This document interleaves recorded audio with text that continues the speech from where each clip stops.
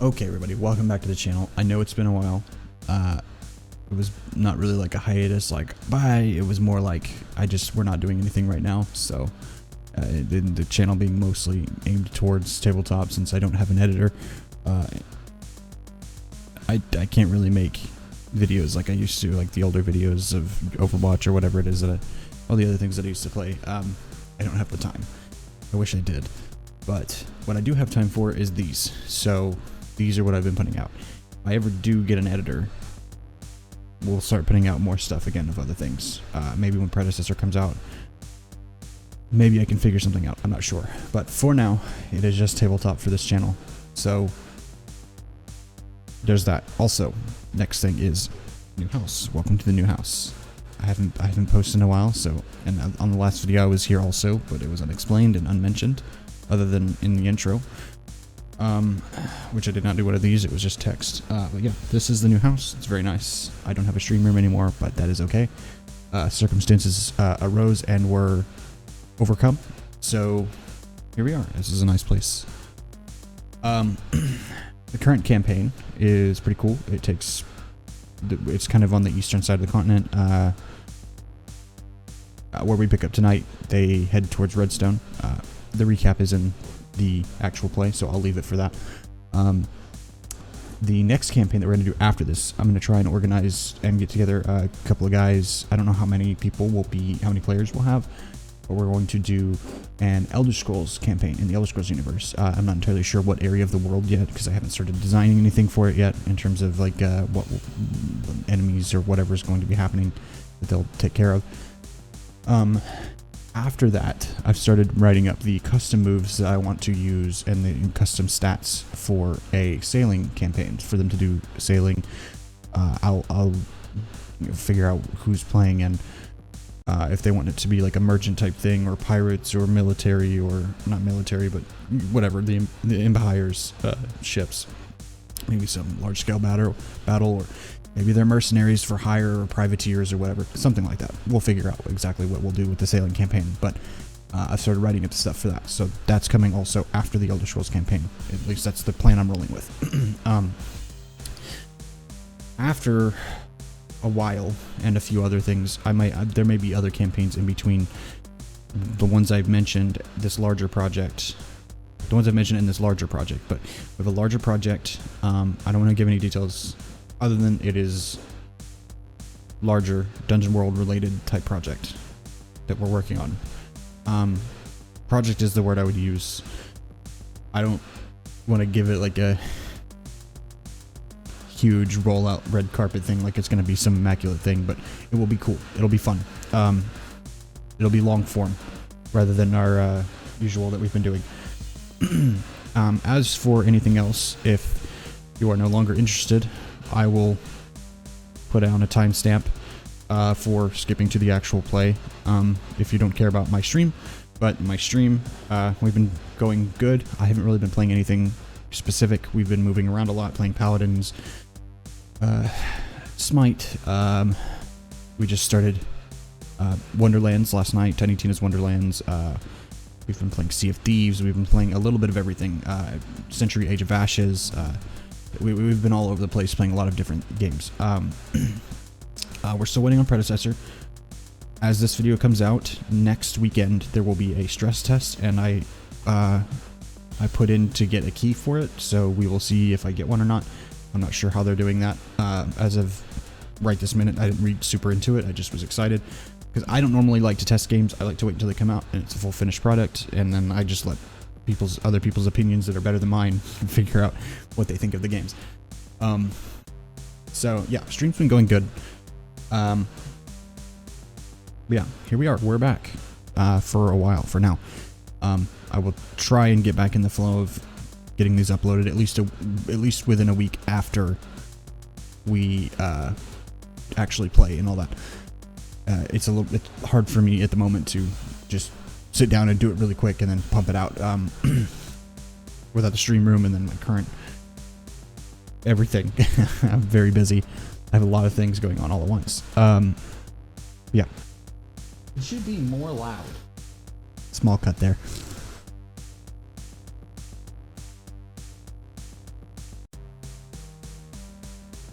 It's something's in it. I have to fix it soon. What was I saying? God damn it. I stream Tuesday through Saturday, 8:30 to 11:30. I start and end somewhere in between all of that.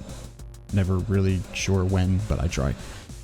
Having a child makes streaming consistency difficult, but yeah. Stop by, drop a sub, drop a follow, all that good stuff. And I benefit from the ads now. Twitch has changed it to where if you don't know,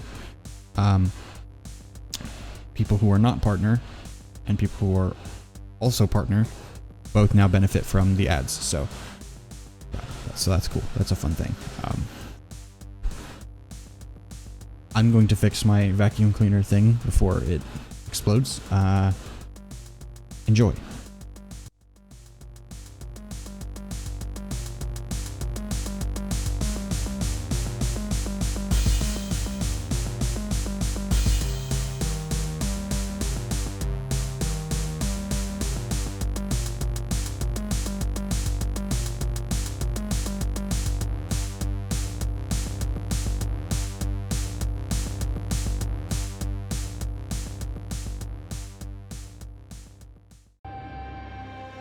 We will pick up last time, or sort of recap.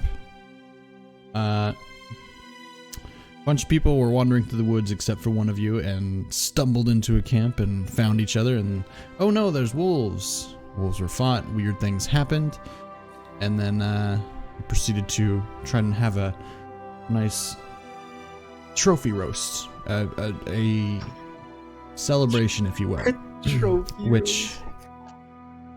which turned south when all the wolves got up after some strange laughing, and one of those things was still on the barbecue. one of them was still on the barbecue, and tried to eat you all, and then died again, all of its own volition. And then Crow saw something outside that would That's my respect. it would Crow is a skeleton and therefore doesn't have goosebumps, but he does now after what he saw outside of the hut, after a couple lightning strikes in the sky and all this strange business. And I guess we'll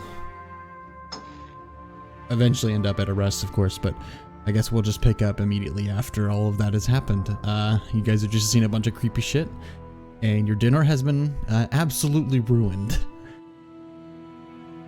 No, man, I ate that barbecue still. I did not give it. Of course, can't waste good meat. You can't waste good barbecue. Can't waste it. I just put that on the grill. I'm already a skeleton. What difference will it make to me?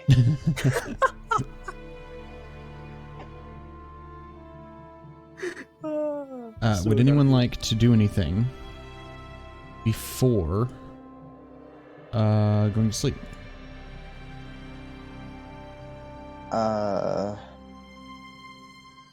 Eat more barbecue. I don't know. Absolutely. Hey, the window capture thing is working this time. Neat. Try to choke down some barbecue. Can't I ask my slime what it thinks? I was gonna say, yeah, where'd that thing go? Are you able to speak to your slime? Actually, I don't even know if that's a thing or not. Am I? Am I? Okay, Are so Skull, I'm going to teach you a tabletop lesson. I as the DM, have asked you, can you talk to it? Which is a moment of opportunity for you to do exactly whatever you want. Yeah, see, I learned this the hard way. I'm glad I went with what he said that first time, because if not, I would have got all my stuff stolen in the last campaign. Well done. So we will rewind and go back in time, and I will say again, can you? Yes. Attaboy. All right. There we go. How does the slime communicate back with you? Is it a telepathic connection, or is it like spoken? Like you speak and then it's like telepathic? It Speak slime. I'm thinking more of yes, it speaks slime, and I'm the only one who can understand it. Ooh, for some reason. Interesting. Exactly. How would it speak slime? Does it spit at you? Do you just understand? It doesn't spit at you. Does it It speak just in makes bubble squirts? noises. Grab your cheeks. Makes bubble noises. Yes. Let's go with that one. Oh, hold on. Have you ever seen or played Octodad? I'm vaguely familiar. I remember when it came out. The way he been years. talks. If you've ever heard how Octodad speaks, that's how it would sound. I was thinking of a weird mixture of like kimchi from Chowder and the that one fart character from Treasure Planet. Like it's just like instead of speech, it's just like a series of bubbles and pops that come off the surface of the slime. Strange sounds. Like fucking Yeah, pretty kimchi much. from Chowder. Yeah. You mean fucking? Yeah, it's just like it's like if it's on the ground, it's just like bubbles on the top of it, and it like makes noises. But Crow is able to understand it. Yes. It Stuff just like has its tongue that. sticking out all the time. Perfect. This is what a conversation is like with grown men. Okay, so going back into it, so you can speak to your slime, and you have your slime, and everyone, well, one of you is still eating, the other one is grossed out by the food, and you are about to speak to your slime, I'm guessing. What do you say to your slime? A night can leave and come back to. He turned into a Sorry. robot. Say again. Okay, so what do you say to your slime?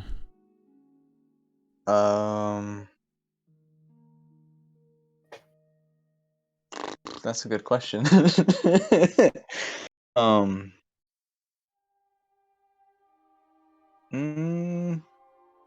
I asked it if if it noticed anything when it was scouting when we were in the middle of our fight. If it noticed anything weird, either during the fight or when all that weird crap happened with the wolf corpses.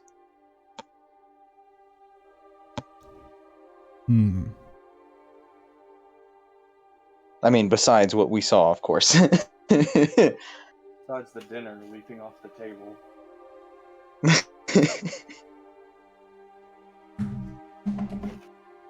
Okay. I don't actually have my dice out at the moment. I was gonna roll for the slime, but instead I will have you roll. You roll 2d6 and then add... give me just a second.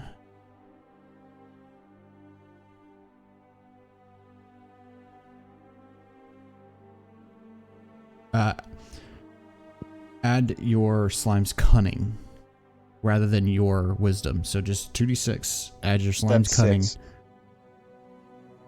So the like total is 6, or? Yeah, it's a 6 total. Okay.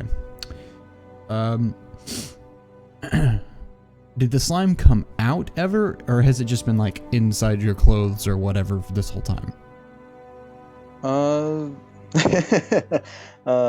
Well, it had been out at least during the fight since I had used it to scout around, remember? Yeah, that's true. So nobody else probably has seen it yet still, because it was scouting the perimeter rather than being like in the direct fight. Yeah. So does it come out now while you're speaking to it, or are you just like kind of talking to yourself? I figured that it was just kind of following me around. So hang on, I feel like I'm missing something. Am I missing something? I don't think I am. I don't know Roman, you hear Crow say something, and then you hear a series of pops, bubbles, flatulent noises, and in the sense of a response, it's a little weird. And then you glance over and you see what looks like a weirdly shaped, some kind of weirdly shaped dessert pudding thing, jello thing, next to Crow. That is like moving intelligently that you didn't notice before. Yeah. But the slime essentially responds to you. What you hear is, in translation, is just like not much more than what you did. Pretty much about the same. Okay. Like the slime is essentially just as confused as you are. How pleasant.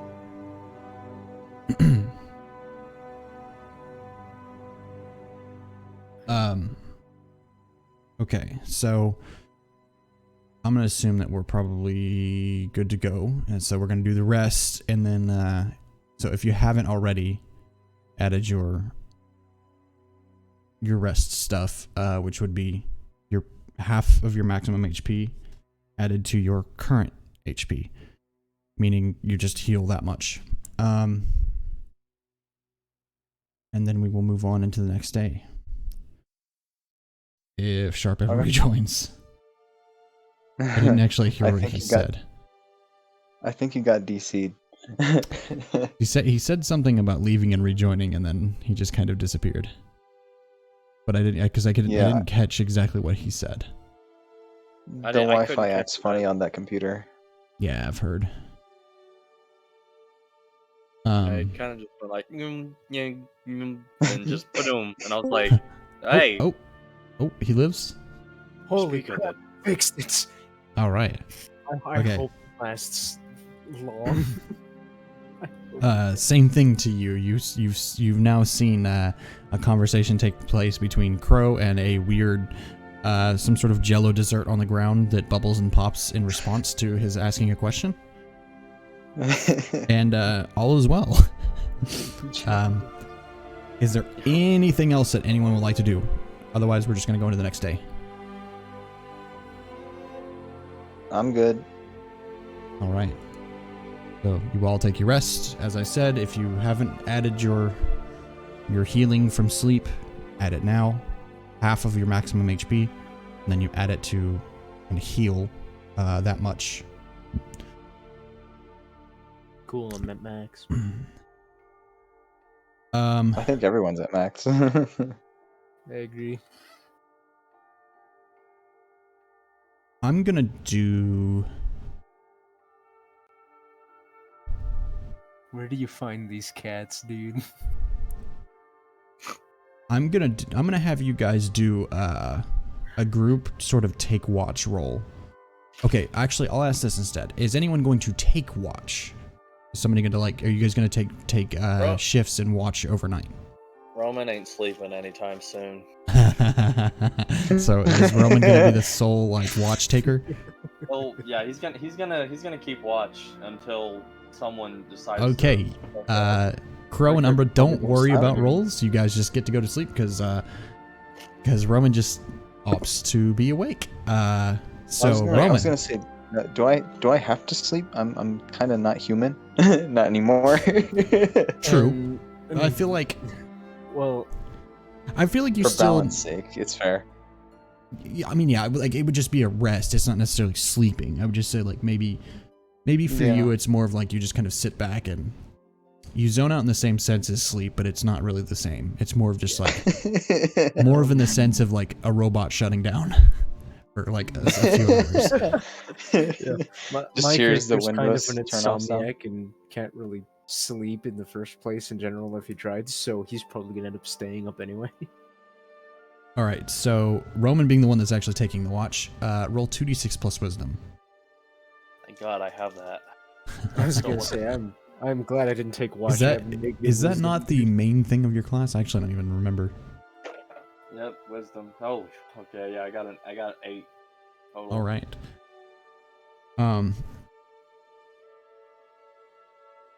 Oh no.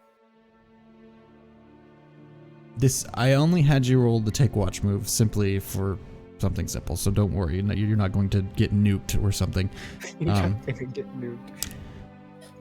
You get to the wee hours of the morning and everything seems well, and you start getting a little drowsy by around the equivalent of about 6 o'clock. 8 o'clock rolls around and your eyes are getting a little heavy and you're kind of dozing off here and there, getting little nappy tips. But all is well. Umbra, kind of same for you. You're just kind of like laying there, just hanging out, relaxing, trying to get through the weirdness of the night before. And same thing, you just kind of like, dozy tips. And after one of those dozy tips, you open your eyes, and just about nose to nose in front of you, there's one of your Fae friends. What's his name? Oh God. Huh. They don't exactly understand human courtesies or personal space. They just kind of get in your face, and they just are this close to you, Bro. and they just don't really. He's like, this person is right up to you. Umbra, or not, Hey. Ronan, you also noticed this based on your role.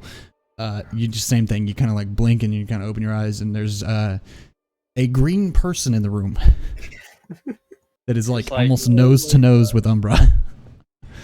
You know what? I'm calling him Krunk. Let's go. Krunk? His name's Krunk? I like it. Krunk.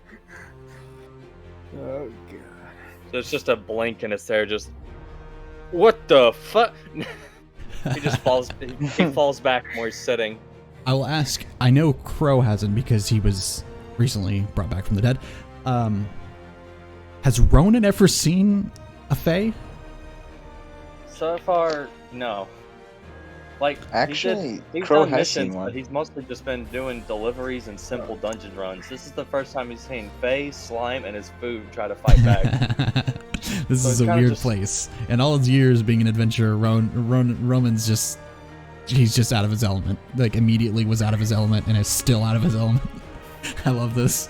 Okay, so where's actually- Crow seen one? You remember how he got his bow? Vaguely, remind me really quick. It's been a minute. He found a dead Fae in the forest. Oh, that's right. Okay.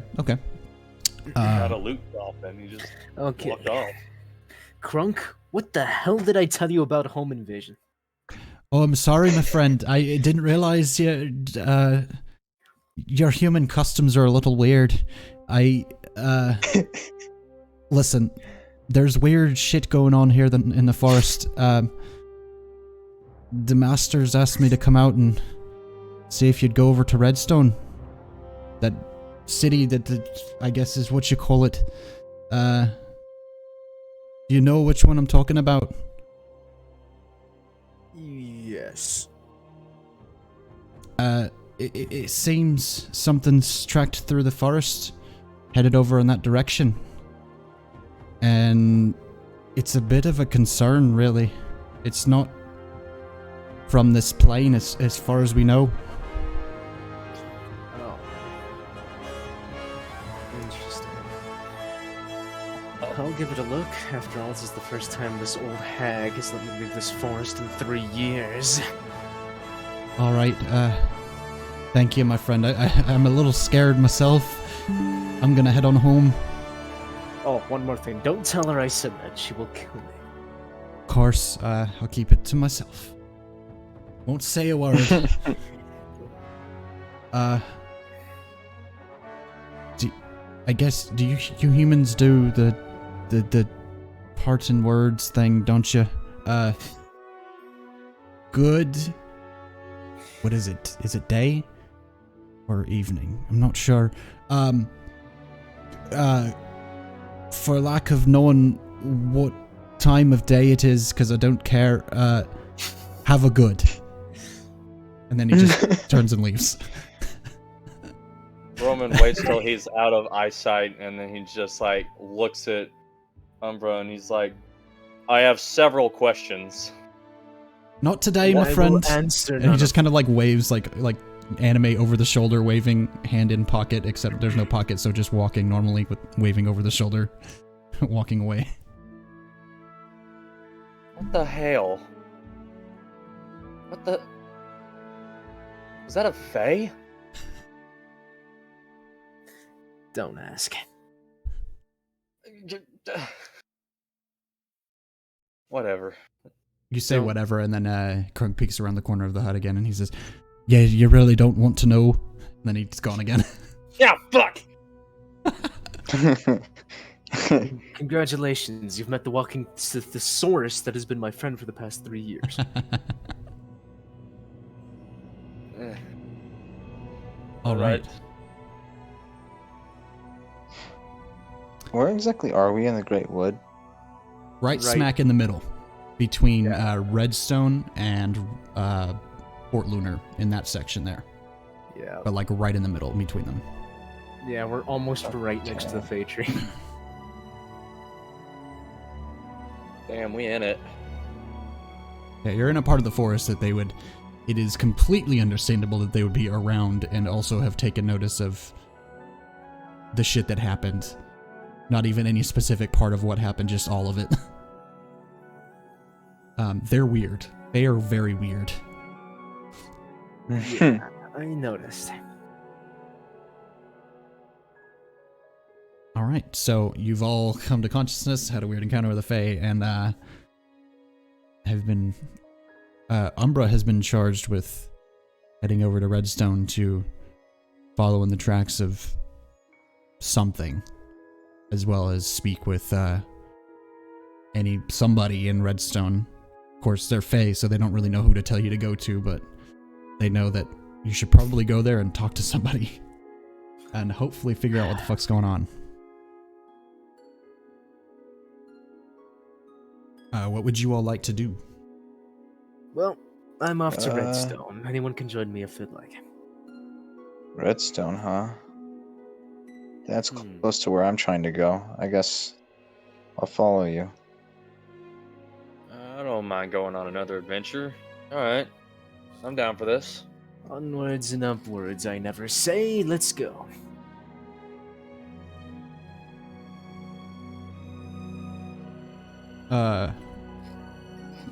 We hit So- the Misty trail. Okay, so I'm gonna have you guys roll Undertake a Perilous Journey. So what this does essentially is it skips over the pain of in D&D what is traveling from one place to another. So instead of worrying about every single fucking detail about going from one place to another and rolling for multiple things each day that passes, we simply blaze over all that with a roll, and then we kind of like focus on a couple of things that might have happened, and then we move on. So don't roll yet. First, you have to pick your jobs. There is the Scout, the Trailblazer, and the Quartermaster. So each of you will have a job. The Trailblazers, I mean, exactly what it sounds like. You lead the way. There's a Scout that goes out and looks ahead and sees if there's any dangers that might be coming up. The Quartermaster is the one that keeps track of the supplies, the food, the whatever you've got to try and get from one place to another. So assign those jobs for me real quick. Talk amongst yourselves, and then we will continue. Well, I think I'd be the best fit for a scout. I can be the quartermaster, and Umbra can lead the way to the Redstone if you want to be the trailblazer. I'll punch anything that gets in the way. Alright. All right, so everybody roll 2d6 plus wisdom. Oh crap. Thank God everything needs wisdom. Jeez. How have I lived? Yeah, a lot of these moves are just wisdom, but that just be how it is. 11. I got 11 too, and that's with my -1, so I'm happy. I got 6. No, I got a Is I it got a 2 d6s 10. in wisdom? -1 was 10. Yeah, I have a 10. Give me a second, sorry, I'm writing something. Yeah, I got a 10. Sweet. So that's why I've been so You like said two not talking for a D6s in second. I was wisdom, trying to write right? something in a spot where I don't have space for a note. It was really weird. Yes, 2d6 plus wisdom. Okay, so Yeah, we'll start with the first two who volunteered, which is the Scout. Crow, what did you roll? You said 2 d6s in wisdom? Shit. 2d6 plus wisdom, yes. Yeah, I got a 6. You got a 6. Oh boy. Okay, so that's one failure. Yes, my roll was horrible. We'll go to the next more information-based one, which is the Trailblazer. Roman, how did you do? I was the quartermaster. Yeah. Oh, you were the Quartermaster. Who was that? You. So Umbra's being the Trailblazer. Yeah. I got a Yeah, I'm the quartermaster, and I rolled an 11. Okay, so you roll an 11. Umbra, what did you roll? I rolled 10. You rolled a 10. Okay. So, so. Let me flex my muscles for a second here. So. Okay, so everybody mark off just one dungeon ration. Just one. You were able to make the journey and not expend a whole bunch of food. Let's see.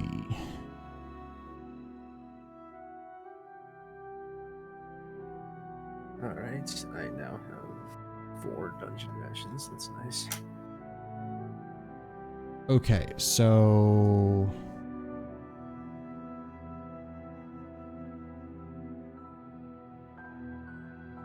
Sorry. Alright, so yeah, you don't expend that much dungeon rations. The way goes well. You guys are actually making good time to get there. However, somewhere along the way,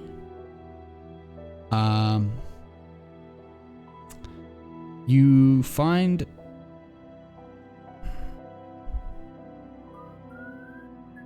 a couple of dead ogres on the ground. There's no way to be subtle about it. It's not really, they're not very subtle because they're ogres. You find a couple of dead ogres on the ground that look like they have been pierced, stabbed, and just cut to pieces on the ground. Some of them have whatever these sharp objects are sticking out of them that seem to have helped along with the part that killed them.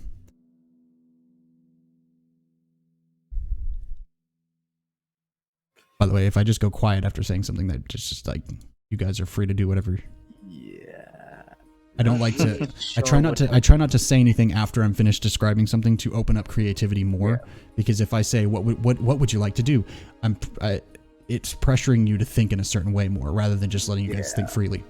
So, yeah. So there's dead ogres on the ground. They're just stabbed and cut to pieces with some of these weird spike things sticking out of them. I inspect what the spikes are. Yeah, Roman's gonna walk up with them. Okay, so I'll give you the opportunity. Who wants to roll the discern realities and who wants to do the aid?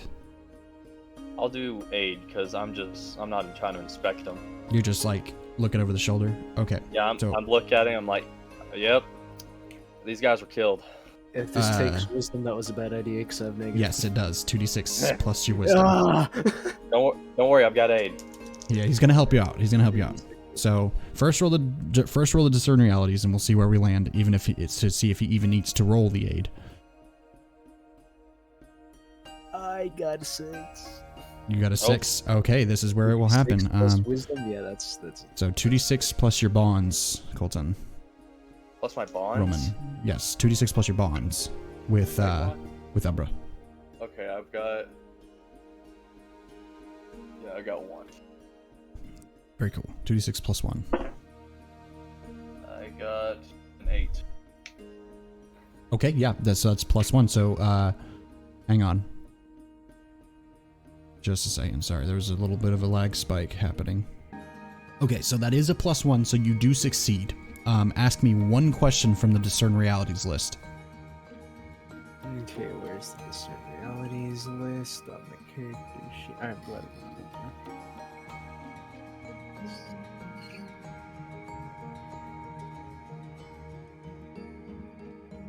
What here is not what it appears to be. Whatever Krunk was concerned about, these were killed by that.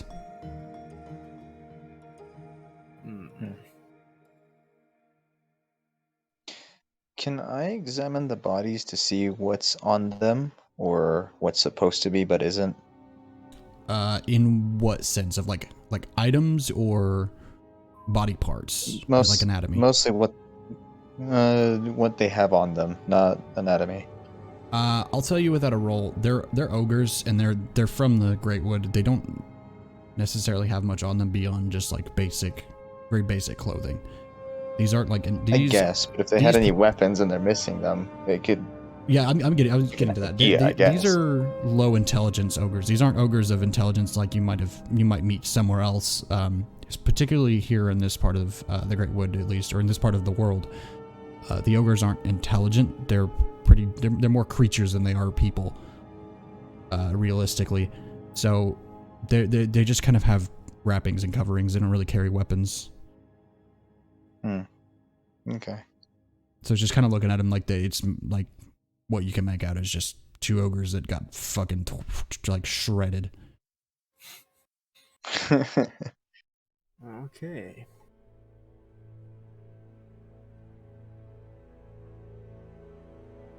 Like I wouldn't describe the scene to a police officer at a murder scene. There's some homicide detective stuff. Would anyone like to do anything else?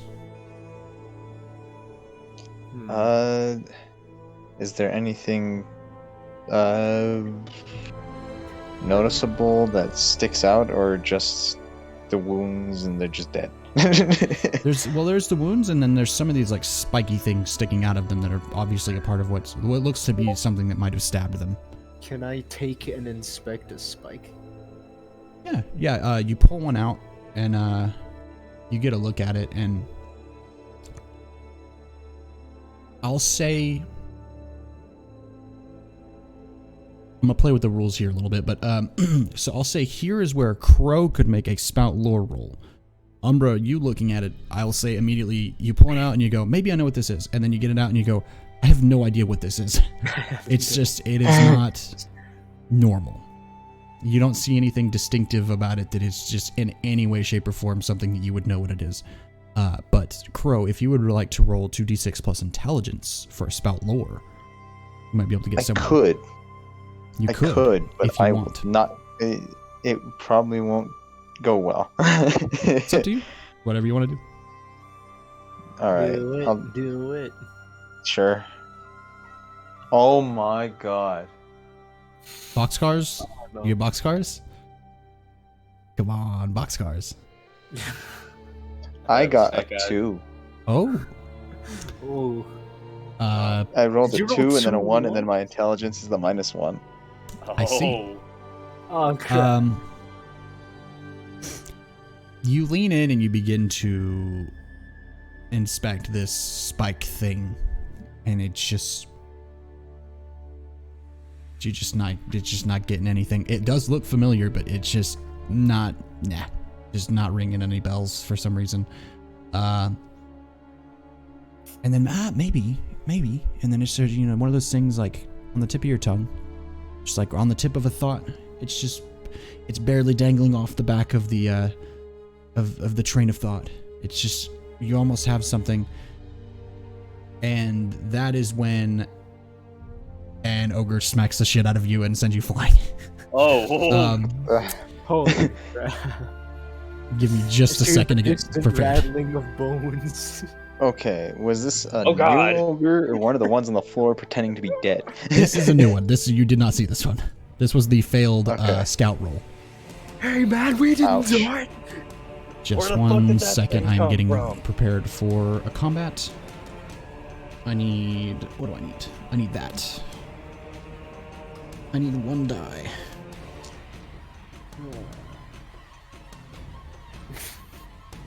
There you are. Hey, that's the one too. That's the one I wanted. I love my little Full Metal Alchemist dice bag. Okay.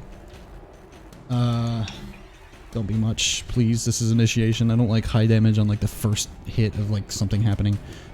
Also, the reason you got hit without anything happening and I just kind of like let it happen is you failed the scout roll. So I'm kind of explaining how failures can kind of roll together sometimes. So you failed the scout roll, which is what caused this encounter to begin with, and then you failed the spout lore, which added to it. It was eventually probably going to smack somebody, but I went ahead and just used typical routes to get you to where we are now. I'm getting Okay. smacked by everything. First it You're was a getting wolf, now smacked it's an around. ogre. Just kind of getting slapped a lot. Dude, wolves love bones, man. They love bones, man. Of course they would chew on you. That particular thing. Anything else? And then No the ogre idea. just wants Things just to- like hitting you, I guess. So you will take 7 damage. Subtract your armor from it, though. No special things here. I have an idea. Just 7 minus armor. Okay, so Crow has just had the absolute shit smacked out of him, and this big creature comes out of the woods, smacks him, and he says, and just, ogre noises. What would you like to do? I have a plan. What's your plan? Make it quick. All right, I'll distract him. You hit him with Thump, the weak spot. thump, thump, What's thump. Walking What's towards the weak you guys. spot? Tell me the Between weak the spot. legs. Okay, I throw my shield right at his crotch. All right. Volley, 2d6 plus dex. -1, baby. Hell yeah. Oh shit. Okay, I got a 9. I had a Oh, I rolled a nice. 10. Oh crap! That I oh rolled- god, that guy having kids. All right. Choose your condition, and then roll damage. Oh shit, I forgot I gotta look up volleys. Give me a second.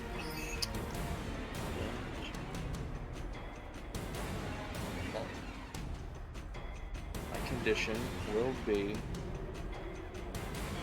I guess I'll move to get the shot, and then it'll put me in danger. I'm like freaking out, and I'm like grabbing my shield, I'm like, alright, and I just start Yeah, running so- to this, getting a little bit closer so I don't miss. Yeah, so Umbra is like actually in the way of the shot. You're standing behind Umbra, so you have to like run up and basically get in front of him due to the terrain and the trees around you and whatnot.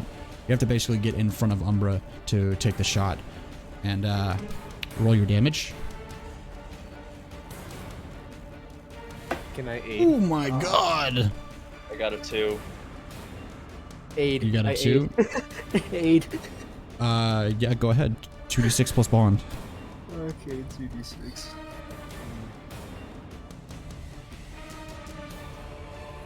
Okay, my bond is crap. My bond is so simple for character. Okay, so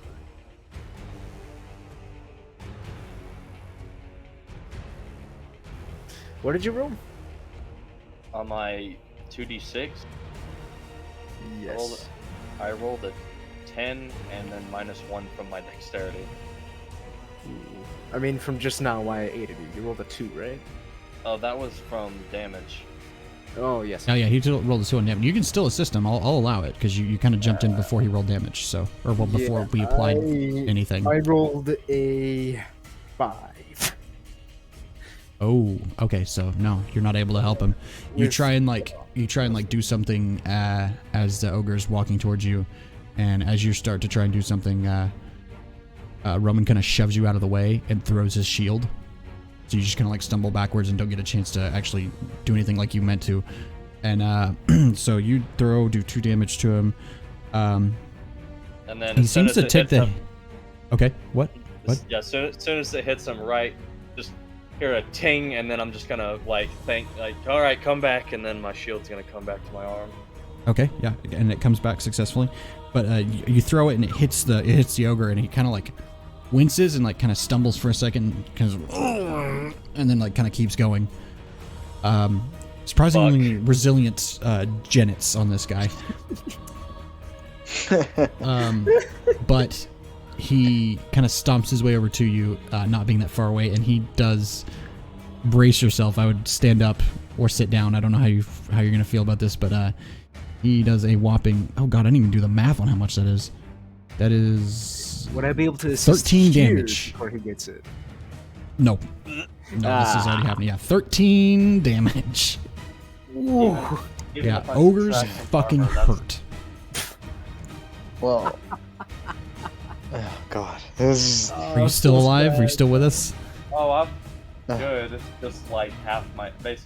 Even with the armor, that's like half my health. Jesus Christ. Oh, Yeah, God. ogres hit really fucking hard. So yeah, Yeah, the I'm ogre gonna comes block up. with the shield and then just like Yeah, I'm you just pull gonna end the. up fly back into a tree and just. Yeah, I was gonna say probably, you pull the shield up and he just like.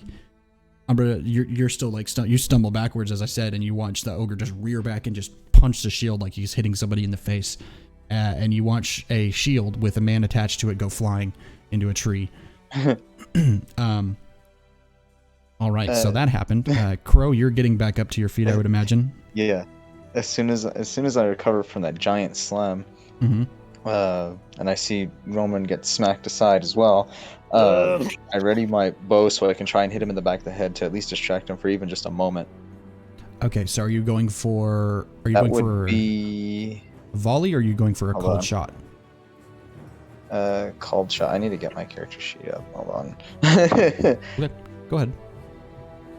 Umbra, be thinking of what you're going to do next. We'll come around to you after this. Oh, I know what I'm gonna do. Let me find it.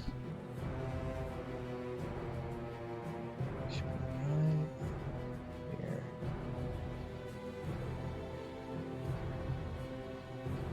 The called shot was... I'm just trying to remember while I'm looking for it. It's on the bottom of the page of your I know I can... first page. Yeah, yeah.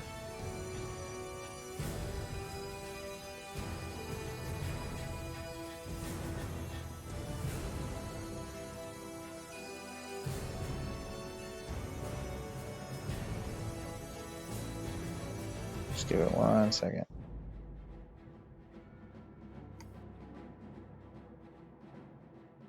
Oh yeah, we got the Oblivion music going now in the old battle playlist. Hell Yeah, yes. called shot. A called shot, and then you Defenses said... are surprisingly at range. You can choose to deal your damage or name your target and roll dexterity.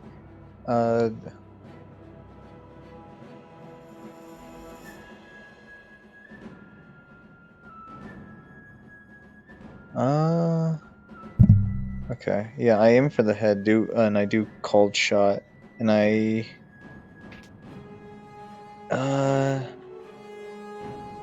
Yeah, cold shot. I aim for the head, and I gotta do roll plus dexterity.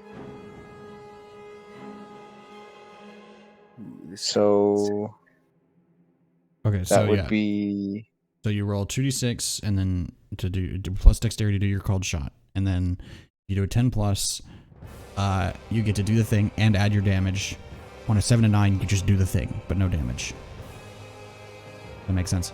I got a It doesn't explain it. 6. Oh, Ah, darn. my rolls are horrible. I keep getting 1s. I'll give one more opportunity for somebody to try and aid.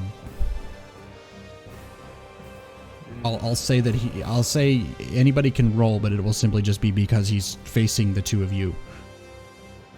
But anyone like to try and roll an aid for Crow, for Crow's sake. It's 2d6 plus bond if you want to. Try throwing my shield at it again. Okay. So 2d6 plus bond with Crow. I got a 9. 9. Okay, so that's +1. So you do succeed, Crow. Choose from the conditions list on volley. No, not volley. Sorry, you get a 7 to 9, so they do nothing but stand there and drool for a few moments. So you did succeed at the called shot. Okay, so yeah. All right, so the ogre after he punches just directly into Roman's shield, and then turns and begins walking at Umbra, and Umbra, you hear like the whistle of an arrow through the air, and then like kind of a thunk, and then the ogre just kind of stops for a second. And he just kind of goes, "Urgh," and then you hear that noise, and he just kind of goes, "Ugh," and just kind of stares ahead for a second, goes a little cross-eyed, and he's just kind of, it's just kind of trying to get his bearings. I don't know where the fuck he is. Umbra, what do you want to do? You have a split second before he comes back around. I run. You will also get a +1 to this, by the way. Parkour skills.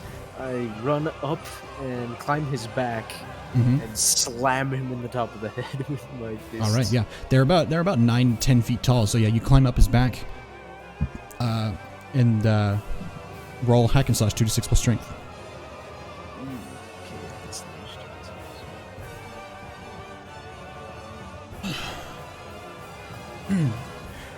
Holy crap. What'd you roll? I rolled an 8. You rolled an 8. Very nice. If I didn't have the strength modifier, I would have failed that. I got a 1. Roll damage. Roll your damage, which is a d10. Or D10. And I think you have 1 piercing, I think we established, correct? I believe so, yes. Oh, that's... Okay, that's what I... Oh, hold on. I remember what I was forgetting earlier.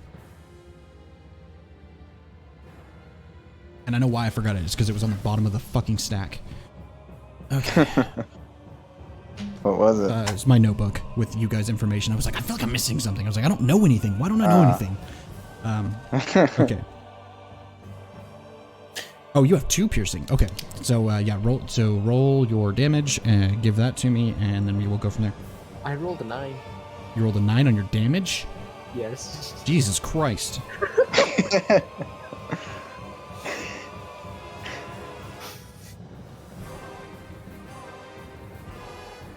How do you kill this ogre? Holy crap.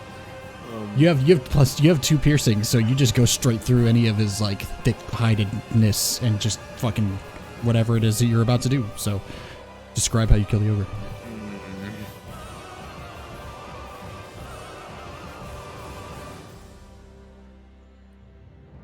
I avoid killing him and instead to give him a really strong blow to the back of the head to knock him out.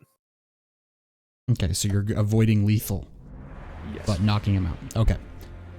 Well, we will go with that. So I'm going to cross out right 9.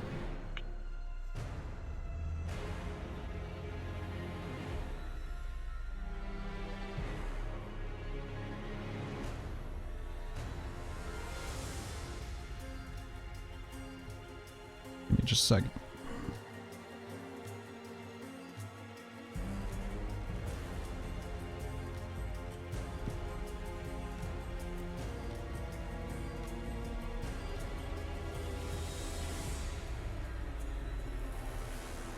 Hang on, I'm having a brain fuck up. Okay. Yeah, so you just absolutely fucking pummel the back of the head of this ogre, and he just kind of falls to the ground unconscious. Just like a 9-foot tall sack of potatoes. What would everyone like to do?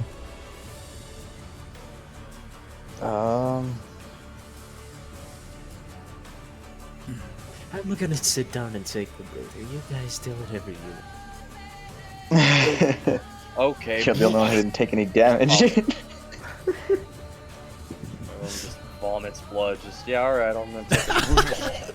Just like you look over at Roman, and he just crunch, crack, and his fucking shoulders back in place. Like, don't worry about it. Don't worry about me, image. guys. I got this. Just fucking. It's like that scene in a like any sort of medieval or fantasy old movie where the character just has like blood running down out of their mouth, over their beard, down their chin, and down their neck, and they're just like, yeah, I'm fine. Don't worry about it. I'll be all right. You guys go ahead. Crow just walks up to the body, putting his jaw back into place. It like should kinda- go back in eventually, right? He's just twisting his arm around. Just like walk over and pick it up off the ground. Oh, that's where I left it. We'll go back eventually. All right. I probably have the strength to push it back in the socket. Would anyone like to do anything else? See, I wanted to look at those spiky things and the ogre and the dead. I was gonna say the ogre. Well, it's unconscious, not the dead. ogre that we. What about the other two? No. The ones The that other were 2 dead. are dead. Yeah, That's what those are definitely Yeah. dead. Yeah, I wanted to look at some of the spiky things that were in it. Okay, so Yeah, he went. Let's see. I have another unique roll that I want to do. If you would like, instead of rolling your own individual spout lore, since I already, because I said you actually don't recognize these or see what they are, I'll say that maybe you say something and you're able to aid the roll that Crow made a few minutes ago into a success. We'll just say that if you succeeded the aid, we'll say that Crow remembers.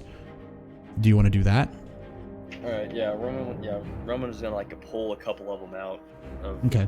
the ogres, and as he's doing that, maybe Crow will see them or something. Yeah, 2d6 plus bond. We'll see if Crow, like, whatever that thought was that he was about to have, if it comes back. I got a 9. You got a 9. So we'll say... Crow, do you remember what you rolled on that spout lore? I don't remember. You rolled pretty low, didn't you? Like a 2? Oh, yeah. It was bad. It was pretty bad. I couldn't 2. remember if it was a 6 or if it was lower. Okay, so we'll say that's a mixed success on a spout lore, and we'll say, which is interesting but not useful. You have flashes in your memory, and now it kind of comes back to you. You remember, oh yeah, I know why this is familiar, but not exactly why. But like you have these memory flashes in your head of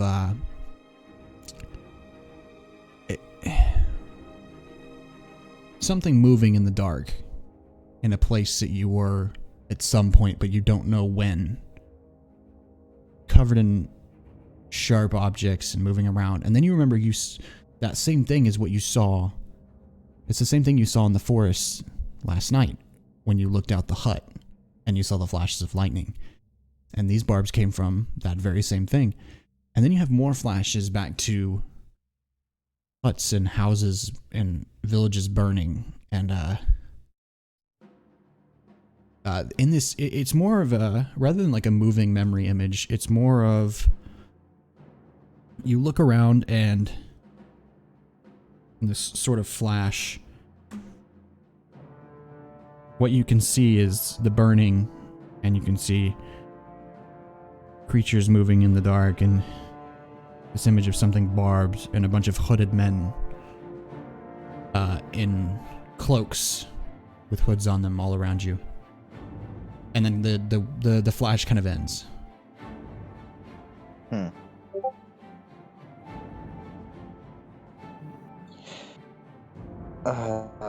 Just thinking aloud, I just say, those look familiar.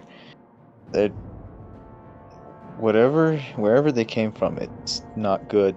It might be that thing that we're looking for. Whatever that creature that's causing all this trouble. If so, then that means we're probably on the right path. We might want to also get done with whatever we're currently doing, because I don't know how long that thing's going to be asleep. Give me a second. I was going to say... I will say very similar to Harry Potter and the Sorcerer's Stone. Harry and Ron walking past Professor Quirrell standing next to the sleeping troll. The ogre goes, but doesn't like do anything else. It just kind of makes a noise. Troll in the dungeon. There's a troll in the dungeon. See, Thought you should know. Is there anything funny about the unconscious freaking? Nah, he's just an ogre. Clearly, like there's no role. Like he's just an ogre. Like He's just a normal ogre. Okay, it was just you understand well enough that he's he's clearly upset that his friends are his quote unquote friends, probably some sort of tribe or pack of some kind. They are dead. He's upset about it. He thinks you guys did it. Came in, tried to kill you. Didn't do that. And is now unconscious on the ground. I will say, I'm going to try and make a habit of, like, for certain things here and there, everybody take +1 XP. Just take an extra XP for this encounter and getting past it. As well as all the information that we've come upon. I'm going to switch my music back because I'm, like, still sitting on the edge of my seat because of it. My brownie point for not dying. Yeah. Your brownie point for taking a massive fucking max damage hit. Yeah, it was 13 damage and my armor's 3, so I still took 10 damage. Hey, can I talk to the ogre? If you want to wait for him to wake up, you could. But yeah, you do have that feature. Well, could I understand what his grumbling was all about before at all, or is it just mindless He didn't grumbling? really. Just. I'll say, since you do understand monster, you do know that he didn't. Same as what I said a second ago. He didn't really say anything. It was more he was just screaming in anger because he thought you killed his friends. Okay. Okay. But if you want to wait around and like, try and speak to him after he comes back around, you can. But I will leave that up to you guys. I can't. This is totally up to you.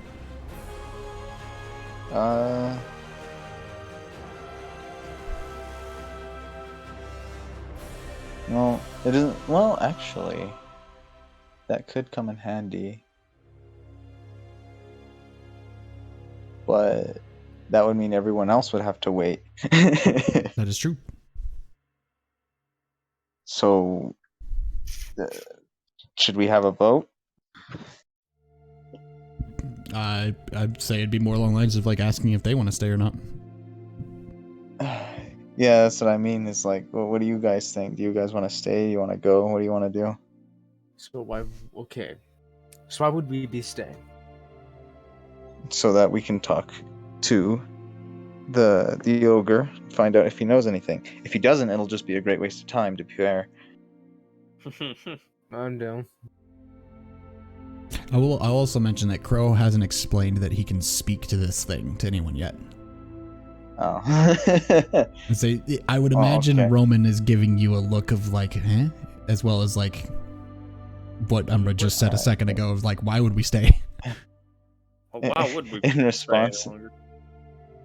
Okay, I just say, well, I don't know how or why, but I can talk to most monsters, is how I'm gonna put it.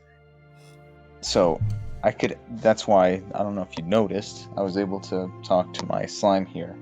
The Mushi just comes out of, like, from behind a tree or something, it finally is noticed. I knew that wasn't just walking pudding. Oh hey, it was the So I dessert said- for the other night. I will say, So, Roman, since you're an adventurer, we can- it does look vaguely similar to like dungeon slime, like gelatinous cubes and such that you've probably encountered a time or two. Huh. Oh, it ain't the And I weirdest said, thing I've seen yet. There's not like swords and things floating in it like there would be, but it is the consistency of it. So Well- I say that we could wait for him to wake up, and then I could ask him some questions to see if he knows anything. But if he doesn't, this would just be a great waste of time, and that we could be using to actually be getting to where we need to go. Well, it's not like I got anywhere else to go. Y'all do what you gotta do. I'm gonna keep looking at these spiky things. Okay, so I guess we all just wait for the ogre to wake up. All right. Are you Cool. taking Hopefully any you don't have to precautions whatsoever? Or are you just gonna leave him there? I will say he's just laying on the ground. He's not like tied up or anything. Yeah, shouldn't we at least tie him Um, up before? And They're Well, not. what do Their we have to climb intelligence up is with? not of. They don't have a boastful intelligence, so you won't, there's probably no chance of you Okay. talking him down after him waking up and realizing his friends are still dead. Actually, dude, what if we disguised could as I use a ration or something like that to try and get him to calm down? Okay. Use food to show that I'm not a threat. I will say that'll be. We're gonna on the fly custom move. So we need 3 things that will make this ogre not immediately attack somebody when he comes back to conscious. The first thing will be 1 dungeon ration, which you can mark off. So that is the start. That's the first Okay. thing needed for him to not attack you guys immediately upon waking up. So thing number 1. What is the second thing that you're gonna do to try and keep the ogre from attacking everybody? And the other 2 are welcome to help as well. It's not just Crow. Like you can all pitch in on this. tie Yeah. him?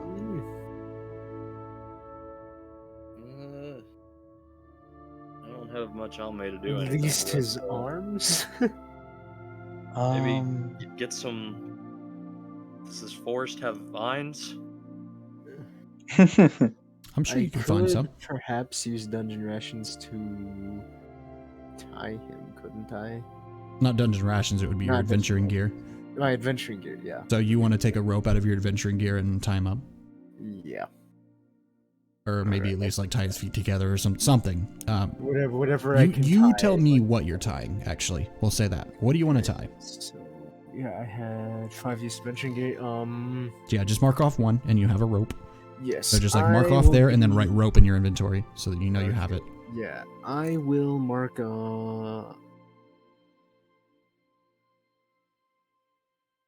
Yeah, you mark off 1 adventuring I'll gear tie and then his legs. you tie his feet together. Okay. what is the third thing that you would like to do to try and keep this ogre from attacking you immediately?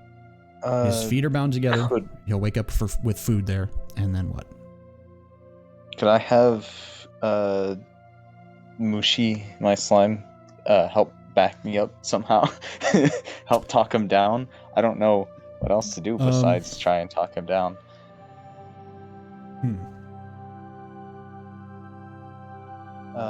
Maybe. I could probably use another rope to tie his hands together so he can't really fight.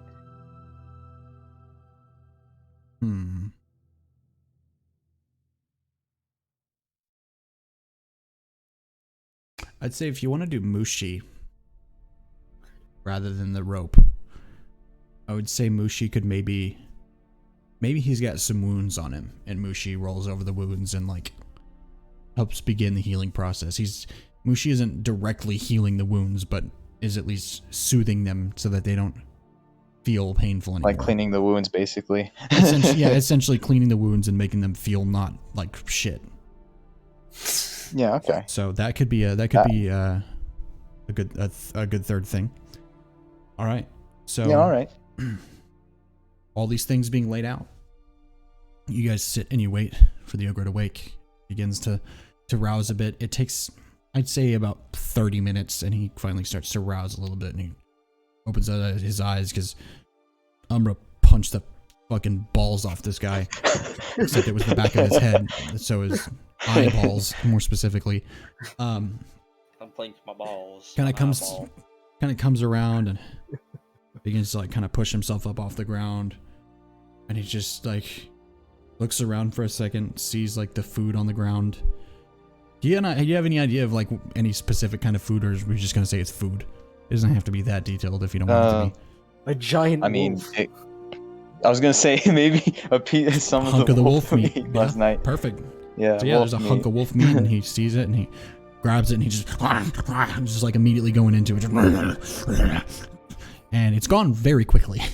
Yeah, Roman just sees it's like, oh god, and still getting the spiky things out of the other ogres. And then it finishes eating the food. I forgot to cook that. And it shifts a moment to try and start to get up, and it notices that its legs are bound, and there's a slime like crawling on it like over its wounds, and it notices the wounds are feeling nice, and it just kind of doesn't freak out or move in any particular way, and it just kind of looks around. Just profoundly confused. Profoundly confused is the word, yes. But it just kind of like looks around. It's like making noises. Crow, you would understand this is like, friend's dead. I'm sad. No good.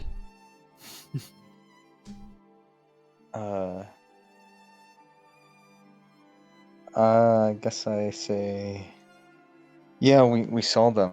They look like. Do you know what happened to them? No, found this way. Very dead. Very sad. Large creature crashed through woods, make much noise. Large creature. Did you see what it looked like? Big spiky. Too scary. Bigger than me. Ran. Bigger than you? What the hell could be bigger than you? Not no. Bigger than me. Ran. Hmm. I'm just sitting here. What do you think they're saying? Yeah, because you guys are just hearing like, Crow is just like kind of talking, and then like the ogre just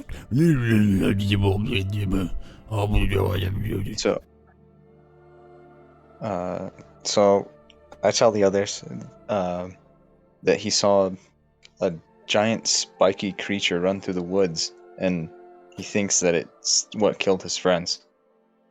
That would explain the spikes and the other ogres. Yeah, it would, for sure. But the question is, why? Why did it attack the ogre specifically? Why did you attack us? Thought you were a monster. Tried to kill. Didn't work. Thought you were a monster. I see.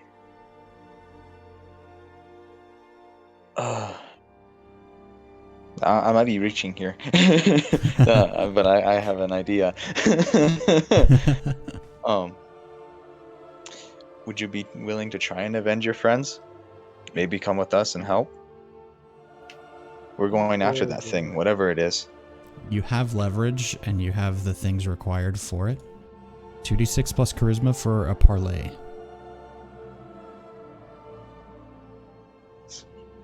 Okay. What the hell are these rolls? Oh What'd no. you get? Okay, what's my charisma? I don't remember what I have.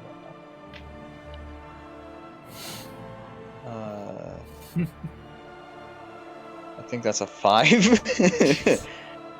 says, I rolled a no, 3, a too 1, and then I scary. have 1. No, too scary. Must run. Go home. Protect family. Alright, I Go to understand. protect his troll family. I untied Goes his back to legs the and let him go. Yeah, he lets you, and he gets up, and big dumb guy scratches his head, and then turns and bumps off back into the forest in a direction. And you guys are once again back to the undertake a perilous journey. You guys continue on, and everything goes smoothly. And So can I have a rope? what's that? Yeah, you both get your rope back. So you both, I will say, write rope in your inventory, and of course leave the one adventuring gear marked off for the rope. I didn't get to say it, but Roman that for the most part was while they were waiting for him to wake up, he was just literally grabbing every single one of those spike things out of the other ogres. Because Write down 3 fully intact weird blue spike things, like dark blue, like darker than navy. Like it's in the light that they shine blue a bit, but they look kind of almost black. So basically symbiotic venom looking. Kinda, yeah. And one halved one. One of them is like broken, so it's not sharp on both ends. To describe them, they're all 3 of them are different. None of them are the same size or symmetrical in any way. They're long and thin, almost in a. It looks like if you took a porcupine spike and enlarged it. So it almost looks like some kind of weird spike thing with the length of a dagger. One of them. Another one is a little bit longer, maybe almost like a dirk, like a large dagger's length. And then like a third one that's smaller than the first one. And then the broken one's like the same size as the dagger length one, but it's obviously been broken in half. But it looks like it would have been about the same size. So 3 whole ones of varying sizes and 1 broken one. nice. Okay. Might be good material, Interesting. depending on how tough it is. And I will say, like picking them up and maybe bending them and just kind of feeling them out, they do feel a bit arrow-like almost, really, in terms of their flexibility and how they are. Well, that's a tad bit scary. So we could get shot with these, is what I'm thinking here. Yes. I'm still thinking about how I got punched for nothing over there not too long ago. So I don't think Tree doesn't agree with Spine, so I'm just saying it's going to take me a minute. All right, so you guys are able to continue on your journey, and you find your way to the edge of the forest, the edge of the Great Wood. Umbra, this probably being your first time in a while coming out of it. In about 3 years, actually. And you have unfold before you the great plains of the Stone Flats, and the city of Redstone lay before you. You see it sitting on a hill. It would be a bit to you guys left, which would be to the north, and it looks to be a few miles away. You begin to trek in that direction, of course. And you come up to the front gate. There's, of course, people lining up moving into the city, getting checked by the guards as they move in. People with carts, hunters, and people with items and goods to trade.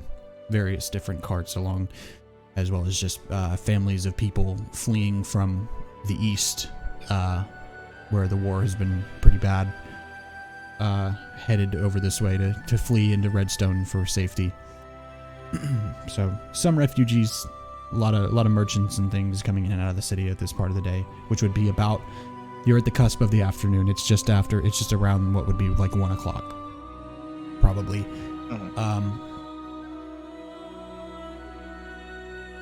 Would anyone like to do anything as you come upon the city of Redstone?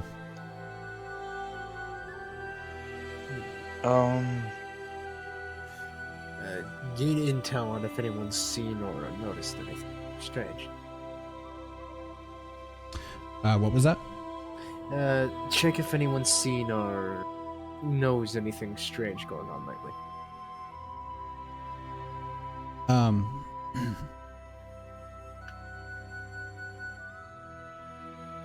I will say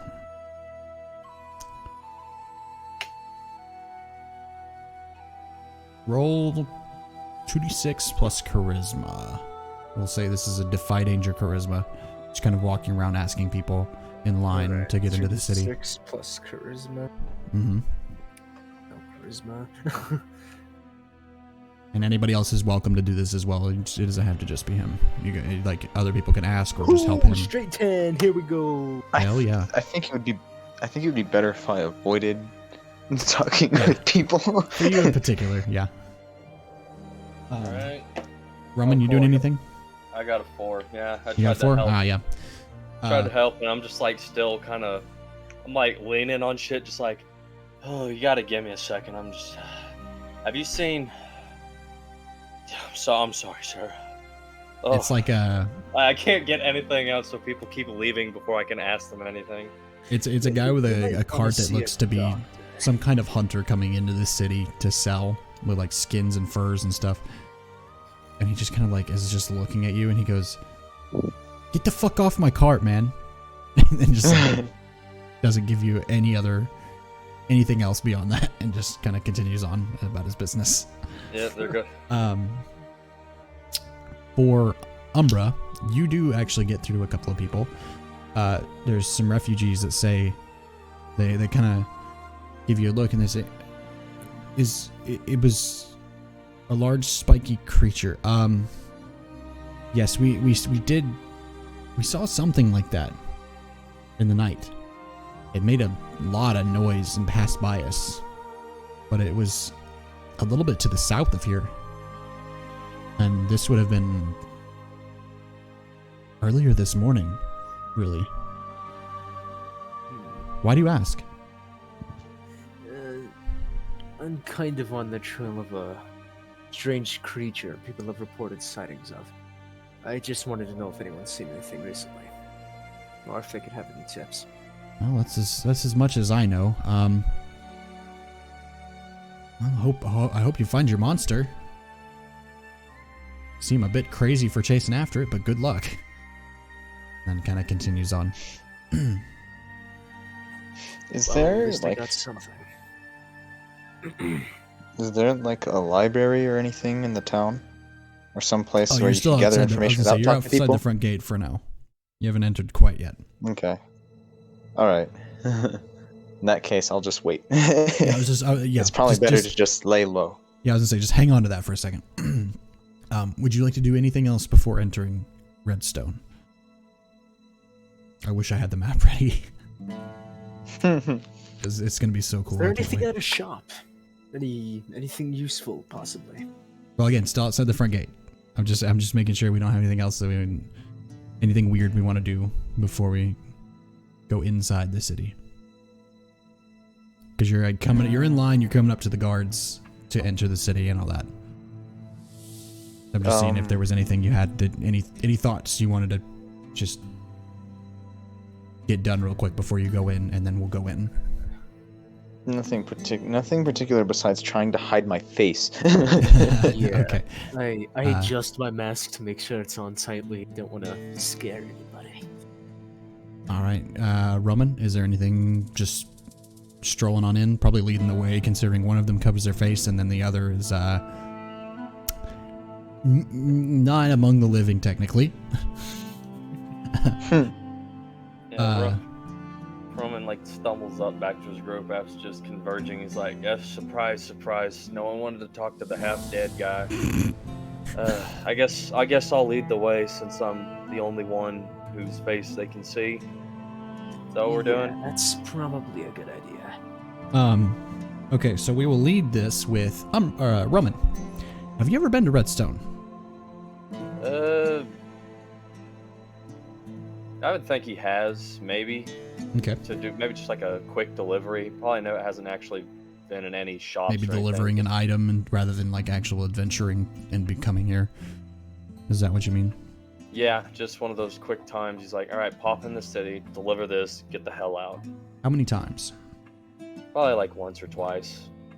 He doesn't remember probably wouldn't remember the layout because he's been in it twice, went 2 different areas. All right, so you get up to the gates and as normal, as everyone else has, the guards do stop you and they say, "Hey, aren't you that guy that... Don't you sell and make glyph rune items or some shit like that? Is that you? I think Yeah, you've been here yeah. before. Look familiar." A couple times. You're not talking to me. All right. Your 2 pals here. Who the fuck are they? Because this one's got a mask on and that one's covering his face, and I don't trust it. Don't like trouble in my town. They're nothing to worry about. They're 2 adventurers that I've been hired with to come into the town and, you know, get a little information. Nothing too serious. We won't cause any trouble, I swear. He doesn't... There's no shift in anything. Just simply change in posture, which is he goes from just kind of standing there with his hand on his sword in a sort of relaxed way, just not like he's about to attack somebody, but just like resting his hand there. And then he crosses his arms and just kind of like stands there and looks at you and he says, "Convince me."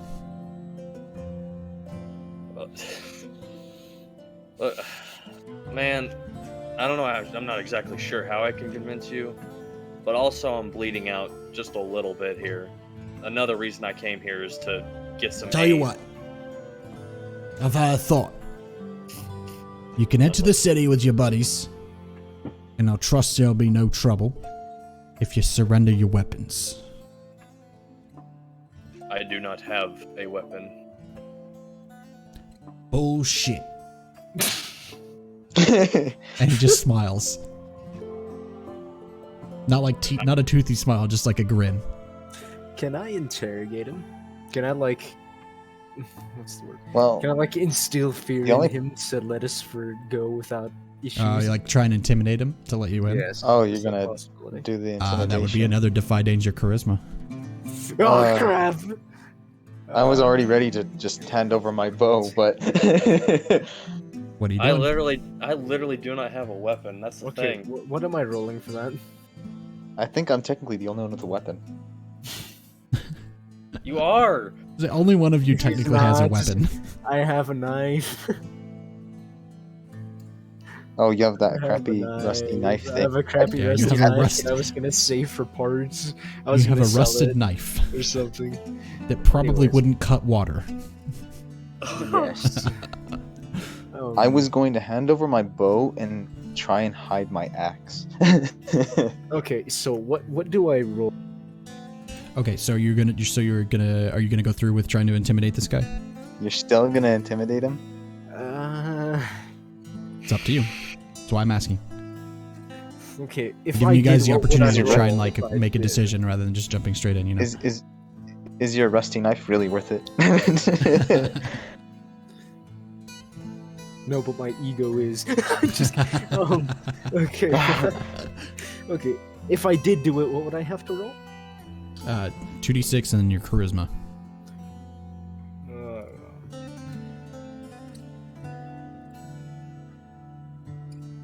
Yeah, no, I'm not gonna do it. So you're not gonna try and intimidate him? No, and it's totally not because I rolled a 6. What are you guys going to do then? Well, as I said, he said bullshit, and then he's just kind of smiling. I hand over my bow and just hide my axe. I don't know how I hide it, but I hide it. Your skeleton. I want to have something. Yeah, actually, you're right. Your rib cage. That's what I say. You got a free rib cage right there, brother.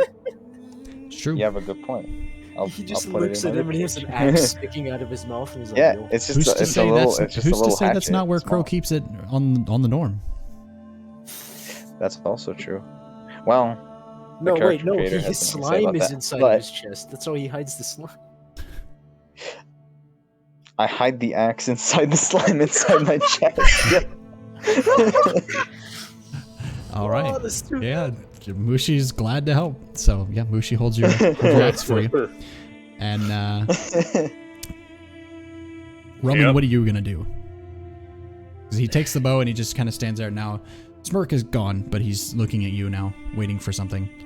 Do you want my shield? I know if you look at my hand, it looks like a weapon, but this is what I use to make my glyphs.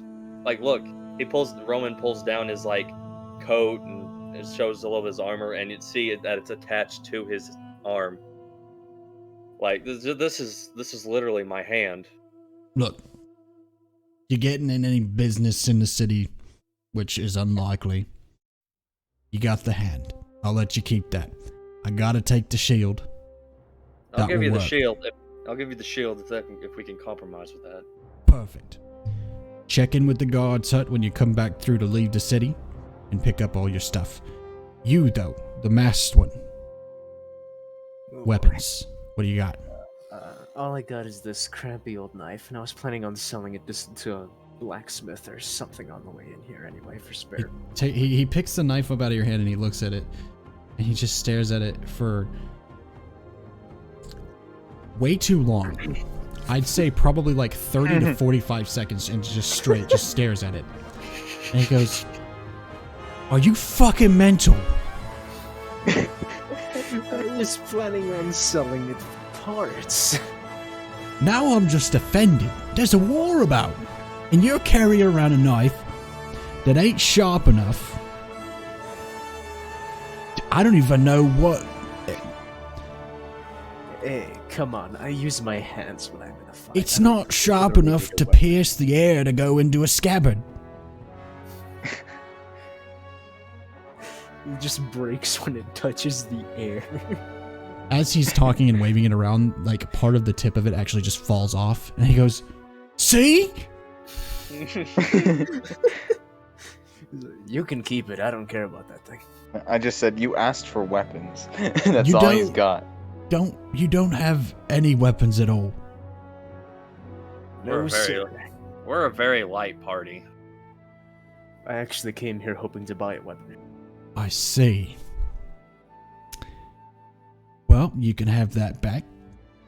Enjoy your butter knife. It wouldn't cut butter. I put it in my pocket and just hear the sound of it crumpling. All right, don't cause any trouble. Check in with the guard's hut when you're on your way out of the city to pick up your weapons. Go on inside and report any crimes you see to the guards. Blah blah blah. You know the business. Go inside. Have a nice day. Yeah, hey, you there? Yeah, no, don't take your mates off the cart. You gotta check them in up here first. And he just kind of continues on doing his shit. Bro, it would have been funny if he would have said cabbages. Nah, My cabbages. My cabbages. Okay, so yeah, so you get through.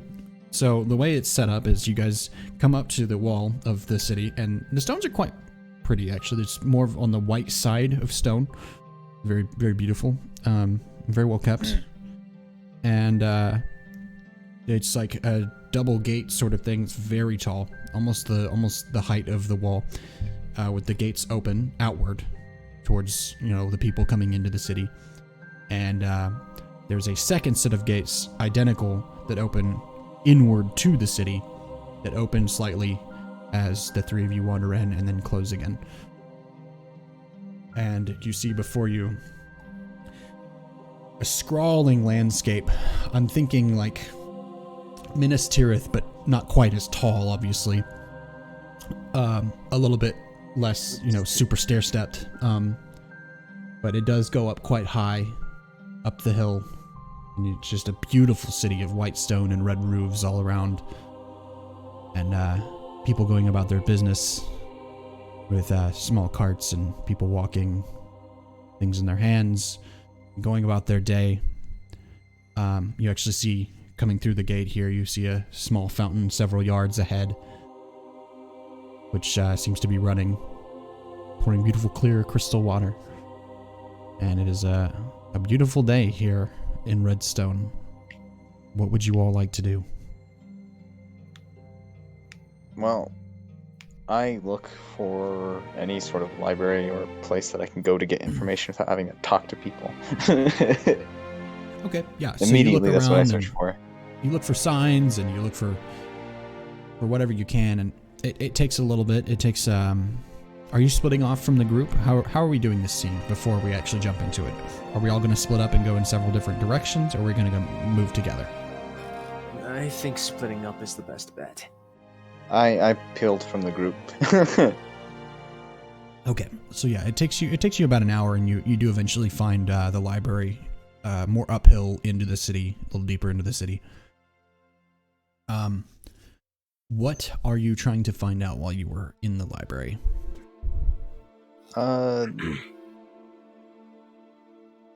Two things. Mm-hmm. First, I see if I can find any information on any sort of sorcerer, necromancer, or mage that had been working near the Great Wood. Maybe I could find a list of known mages or sorcerers or necromancers or something like that. See if I can find one that was stationed around the area that I had came from. Okay. So you're looking for researchers, professors, and experts, and people that would know anything about this stuff. Because Yeah. necromancy, in the sense of just like, in certain ways, is illegal. In other ways, it isn't.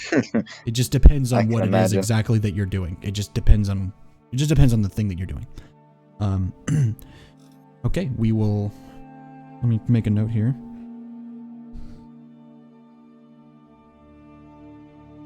There is one other thing Okay, hold that that thought. I'm also looking for.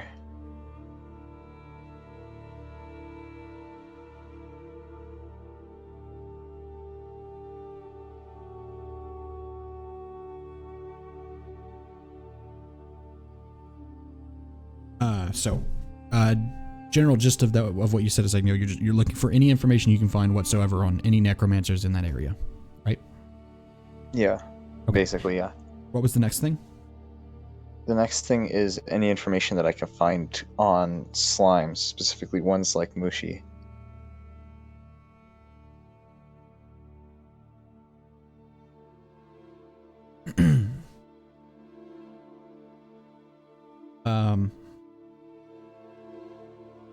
Okay. So yeah, you wander deeper into the city, and you eventually come upon a sign that's pretty big sign, because it is probably the main library, you would assume, because it's not a bookstore, it's a library. Big shit. Mm-hmm. Called the Maramon Library. And you enter and begin looking for your things. Who else would like to go and do something here in the city? And we'll come back around and I'll relay the information to you. So, Umbra or Roman, who wants to do a thing? I escort Roman to a doctor. Yeah, I was gonna say I'm going looking for a healer, one way or another. I need a man or woman of medicine. Are you asking around, or are you looking for someone yourself? Probably asking around. I don't know where anything is here. Not to be overly specific, did you come through the gate and then Bro wandered off and then you just start immediately asking about someone, some kind of healer? Or did you wander into the city first? Probably walked a little bit in and just all right, I'm gonna try talking to people, see if they can point me to the cleric or something. So yeah, probably immediately looking for someone. Yeah, so you wander in and you ask a couple people, the first couple people you come across and didn't know anything, and then you come across somebody else who's, there's the clerics, they can be a little expensive to get some healing done. It's not a super common thing. We don't get a lot of adventurers through here right now. However, I do know a guy with a corner shop. He does kind of less magic-y type healing stuff. If you're interested, he could probably help you out a little bit for way cheaper than their royal highnesses up there in the, or at least they might as well be up there in the temple. Sounds like my kind of place. Give me a direction, man. He said, yeah, just head down this way. Points with left arm in amorphous direction. Head that way and then make 2 brights and it'll be the corner. On that second right. Corner shop. Good luck. And then he kind of darts. He's got he looks to be some kind of like architect maybe. He's got like scrolls in his arm. Alright, that takes care of that. Let's go to this healer dude. Whatever this guy is. Okay, so you guys start heading Let's uphill a put little you bit. there, but once we get there, I have something to do. You go down the street and you begin to round the first turn, come up to the end of the street, and as you turn again, corner shop, there it is. And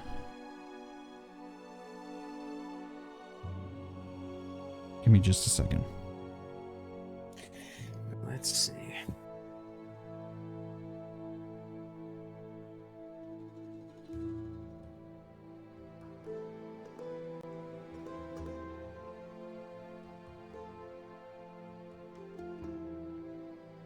So you come upon a sign.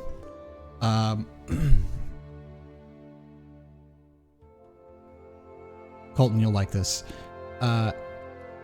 Maybe. Has Roman ever been to Eve? To Eve? Yes. Damn, all the way down there? Mm-hmm. Let's see. He might have been real close to a dragon, too.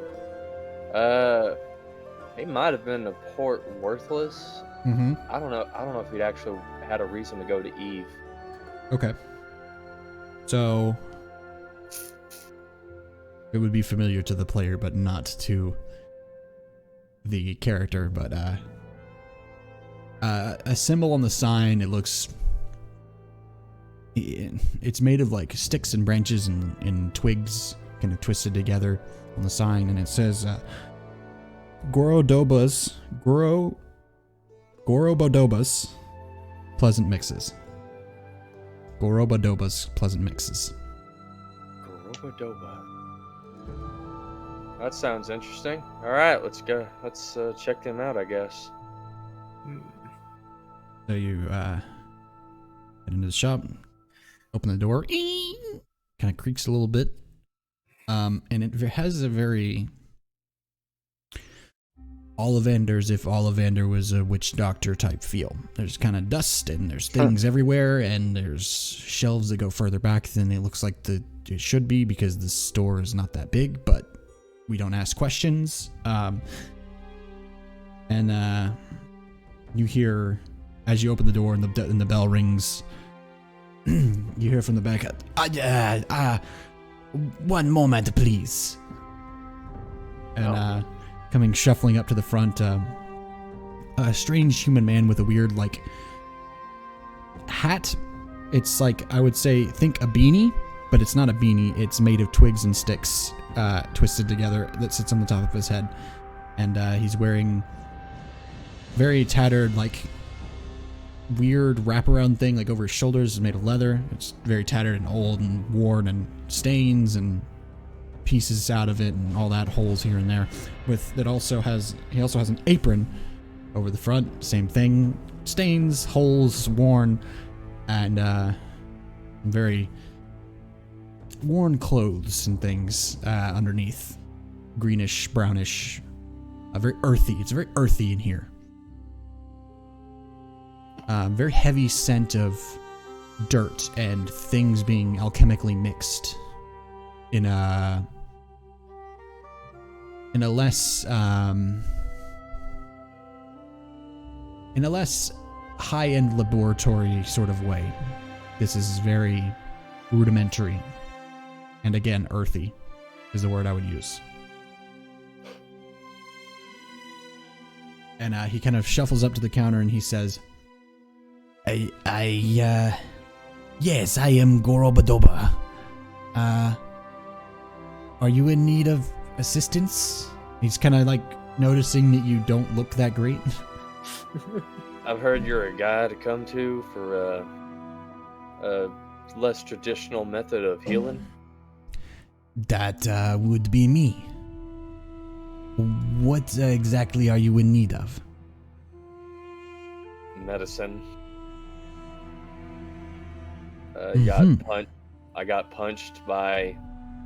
Was it an ogre or a troll? I can't even remember at this point.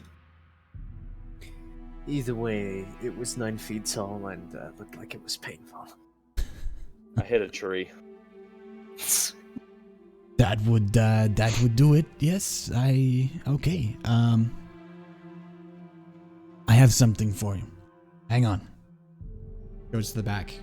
Again, very Ollivander-esque. Climbs a ladder, shuffles on a shelf up in the back.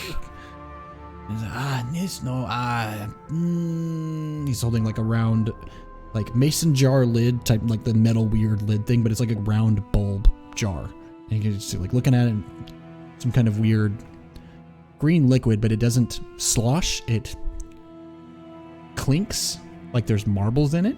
It's a little weird. And he goes, "No, not that one." Throws it over his shoulder, hits the ground, obviously breaks, makes a noise. Pulls something out again. Something else, like weird long. It looks like a giant test tube, but there's like a drop of something in it. And he goes, no, not that one either. Grabs a box, pulls it out. Just like a wooden box. And he goes, yes. Hops down off the ladder, comes running back up to the front, opens the box, pulls out some leaves, and it looks like dirt, and some various other small things, and just also a just normal bandage. Begins applying it to your wounds. We'll say specifically your shoulder, since you got punched very hard there. Lays a bandage over it and ties it off with like, not rope, but like clearly self-made twine. And it says, let that sit for about 10 minutes. And then goes back and begins shuffling around with something underneath the counter. Takes 7 healing. Heal for 7.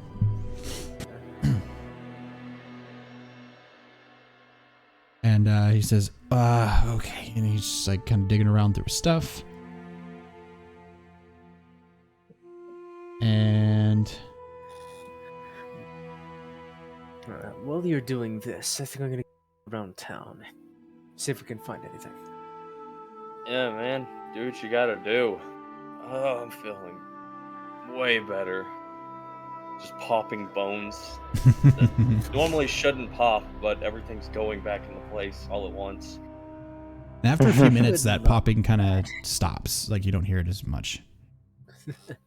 Oh, thank God. It kind of goes away over the course of this thing sitting on you. Clearly some kind of poultice and herb type magic. And he says, okay. It's like he freezes in place. It's very similar to how I just did, and he just kind of doesn't say anything, stares at you. Sorry, had a thought. 10 gold. 10 gold? I can do that. And I'll give him 10 gold for the service. Alright, he happily accepts. Takes it, sticks it in a thing somewhere. Probably forgets where it is within 10 seconds. And then, do you need anything else? Would you like to spend any more money? And he raises his eyebrows. I see what you're trying to do. No, this poultice was perfectly acceptable. Thank you for healing me. Oh. Have a nice day. Bolts to the back. You too. And Roman's gonna start walking out. All right, Umbra. Where are you going, and what are you looking for? So, I look around for a relic shop to see if I can find anything left from my, hold on.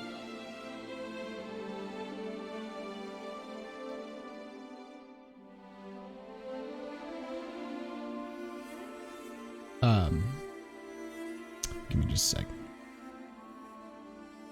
I need that. Okay, so you're looking for a rune shop? A relic shop. Like relics, okay. Yes. Relics, just old things. Just old ancient stuff. Shop for anything like that.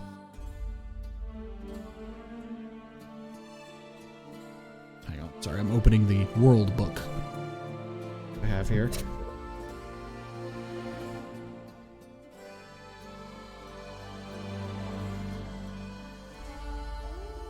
While you're doing that, I'm opening my bag of gummy worms. Yeah, you're good. I'm just making sure I don't have anything down for this particular thing. Oh, it's going very. You don't find anything particularly relative to relics per se, but you do find a shop. It's more of a general magic shop. It's not like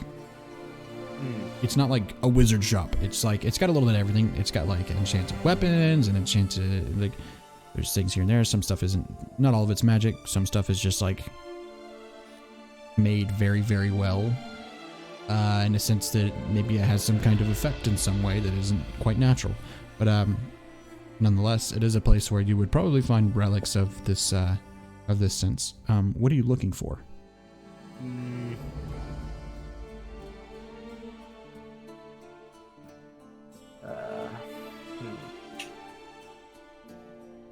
Okay, I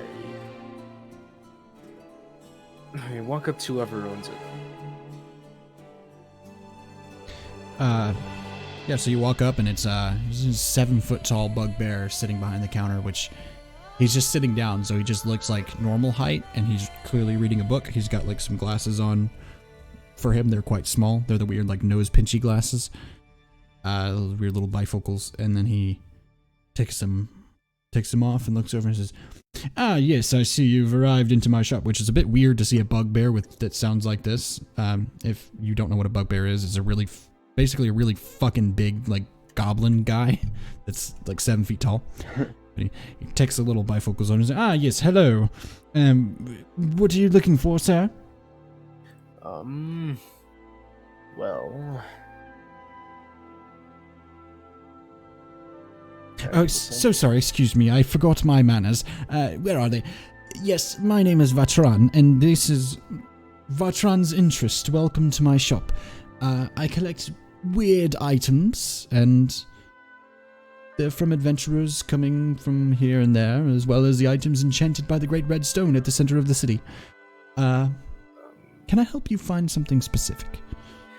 Well, I'd rather not people know what I'm looking for. Is it okay if I whisper? Ah, yes, I see. Discretion. I do love discretion. Yes, I can help you. What do you need? It has been DM'd to you. Oh, I see. From there. We'll say you just like passed him a note under the table. Yes, I see. Well, not for a long time. With the war going on, I haven't seen anything from there in quite several years. A couple of years before the war started. Of what nature would you be looking for this item? He's now holding his book that he was reading up next to his face while like leaning into you. Anything really, as long as it's old. Anything old, it doesn't really matter. Anything old. Let me see. Looks around, kind of like looks across his store over your shoulder. Yes, old. Ah, yes, I have it.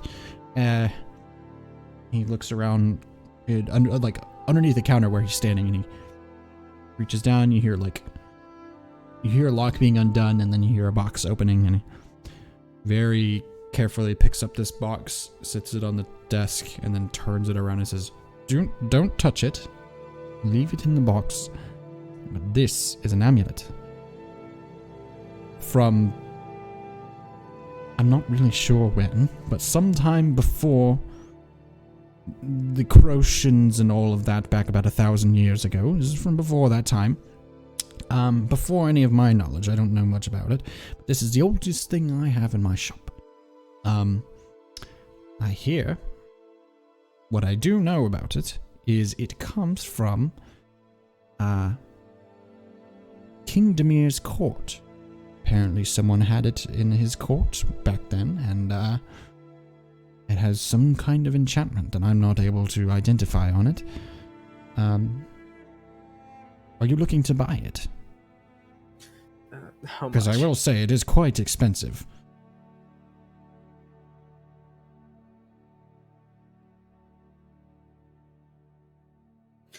How much would it be exactly? Oh, goodness.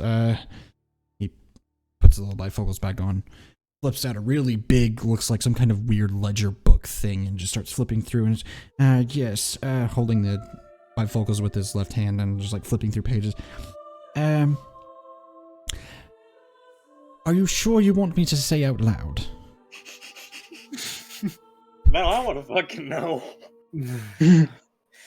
Alright, what is it? He pulls the book up again and leans and he's doing the thing where he's whispering with the book blocking, but is looking in a different direction. He says, it's about 2,000 gold.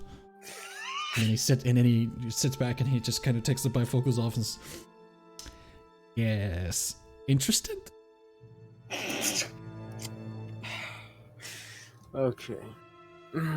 You said old. Alright, fine. Could you perhaps lower the price if I were to give you some information on said old place?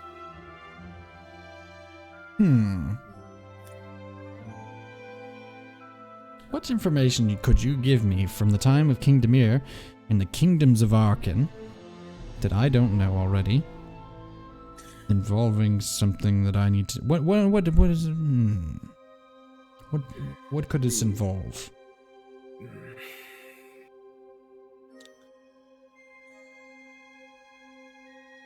Okay. Some information on a certain race. I see. From Arcanesia or from elsewhere?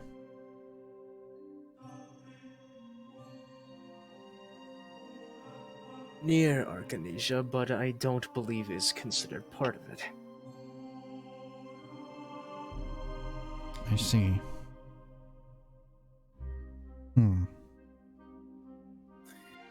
A very old race.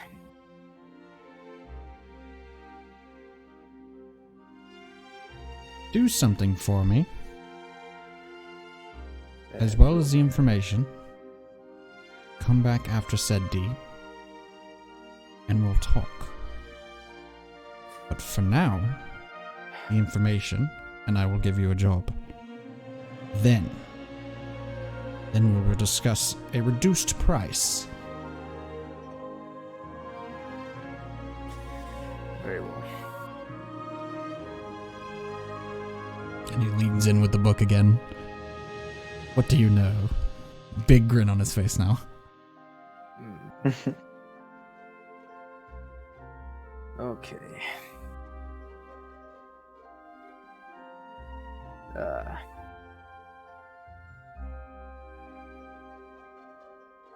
Well, since we're being discreet, Yes, is there a place I discretion. could tell you where no one without prying eyes? You could pass me a note again. That would work perfectly.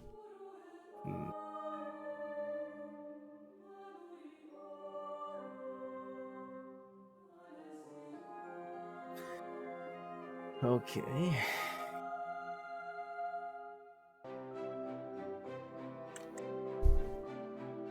Oh crap. Keyboard, well, you're spelling things wrong.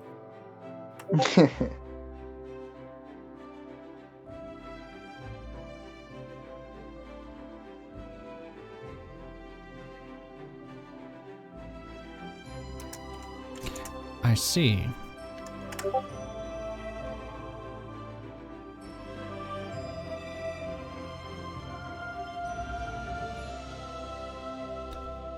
Proof in what way?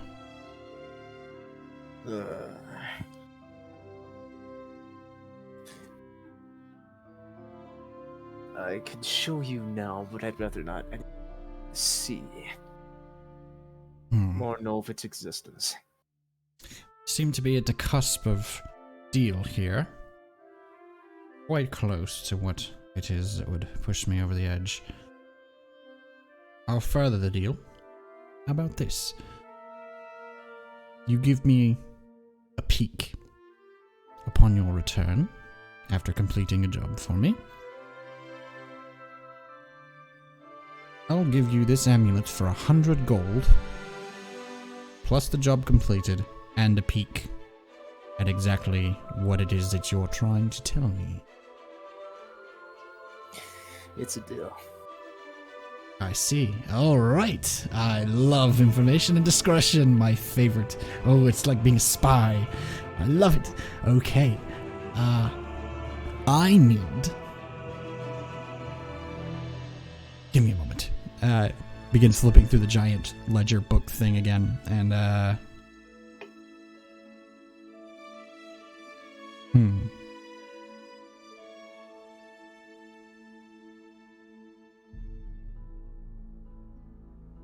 If you could bring me an item,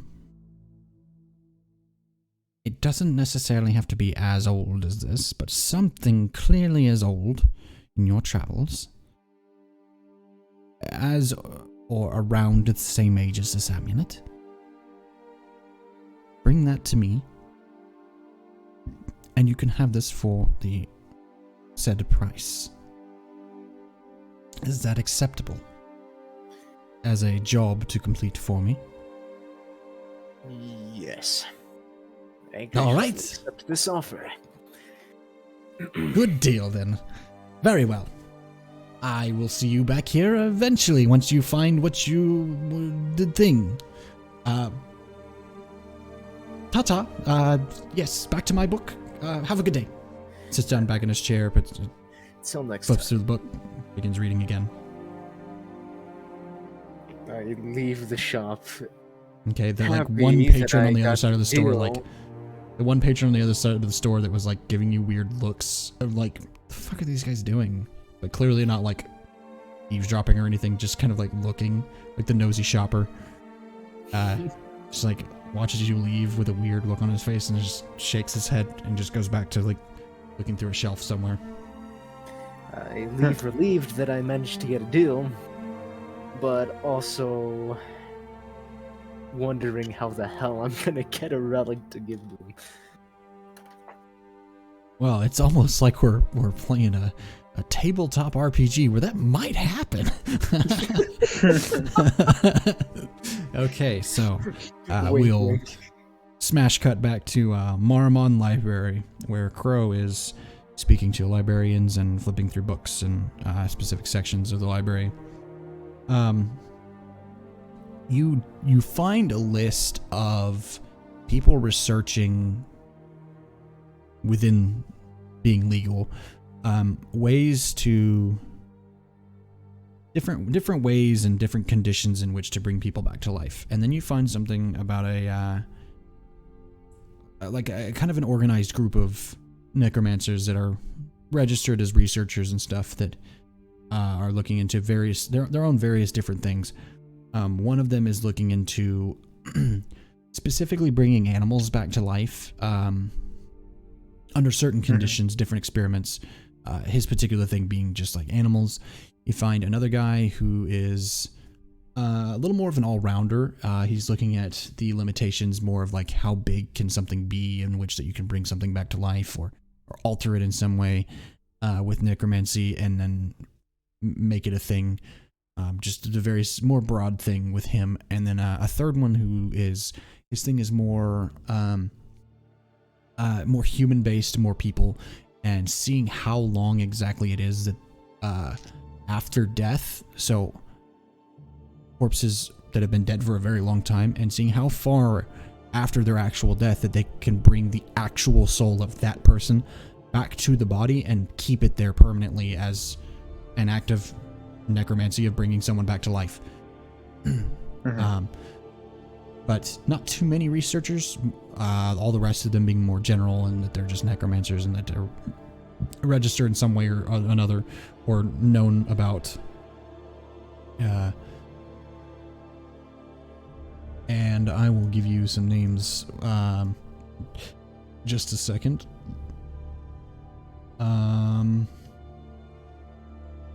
Let's see. One of them is registered as a gnome. Is it? Hang on. I'm gonna find it in my thingy. Come on, fantasy name generator. Give it to me. Where is it? All reliable. Give me the gnome. Where is the gnome? It's in alphabetical. There it is. Jesus, why am I so dumb? The first one that I mentioned, the one experiencing more along the lines of animals and such. Hang on, try to. Tablet's acting funky. Stop it! No, no, not that either. There we go. Okay.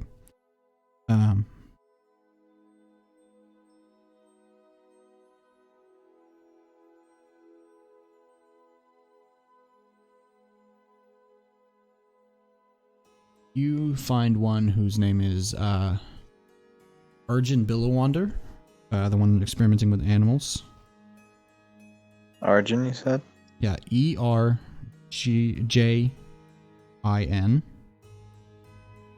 Billowander sounds it's spelled exactly like that. Billowander.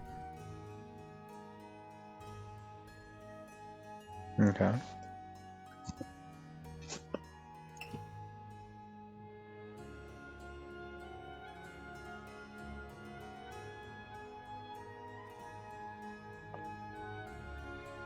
God, I love Skyrim music so much.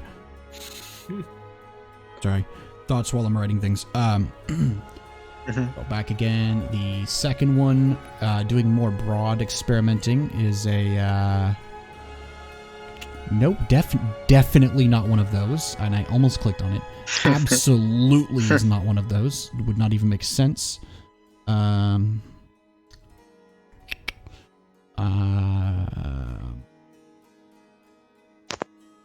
Surprisingly enough, the one experimenting with more broad spectrum things is listed as a Kenku, which would be a raven or crow person.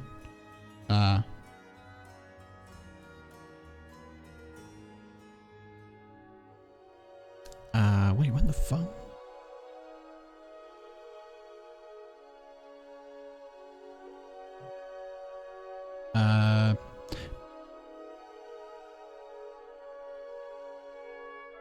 By the name of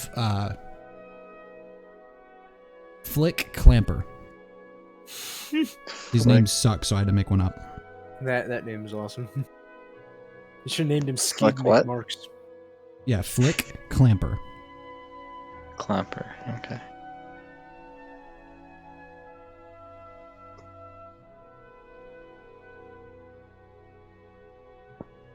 Okay. Damn it. Miswriting.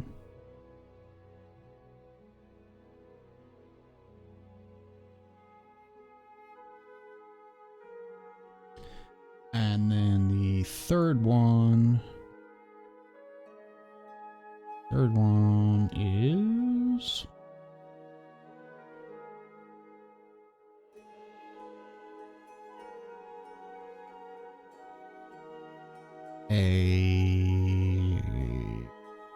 let's see,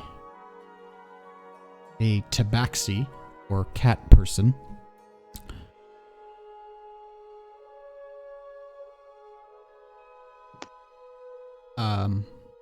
Okay. For the name of listed as Professor Clover. First name not listed. Huh.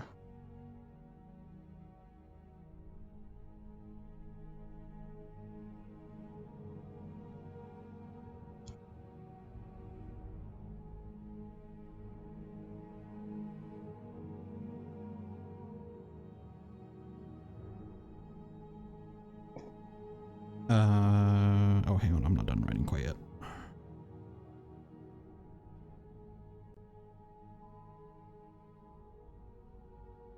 Okay.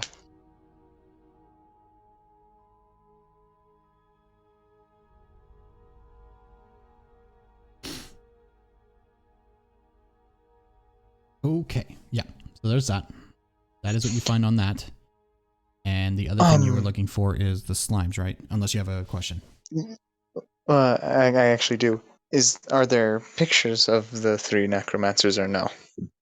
I can provide that if you give me one quick second. Well, I'm just curious because like in the book, no. But if you need like a visual aid as to their race, no, in the book. No, No, just in the book.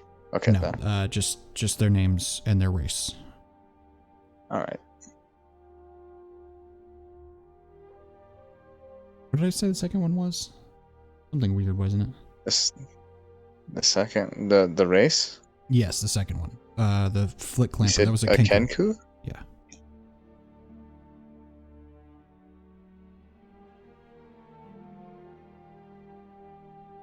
Man, nothing like still gun rooms.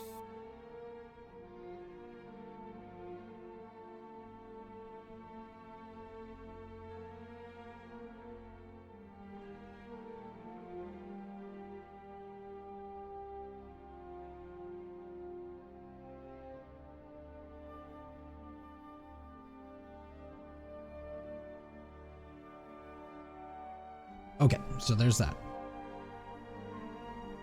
Okay. Oh, and it also doesn't list any known locations for their research or anything like that? So what it does know is their research, and then it is listed for Urgent Billowander, the gnome, experimenting with animals. It is listed that he is... he has some credentials with the Tower of Abzana, but then severed and settled somewhere near Riverton, and did some experimenting outside of there, away from town, just to not frighten people, but operated around in that area, in and out of Riverton, and that's about it for him. For Flick Clamper,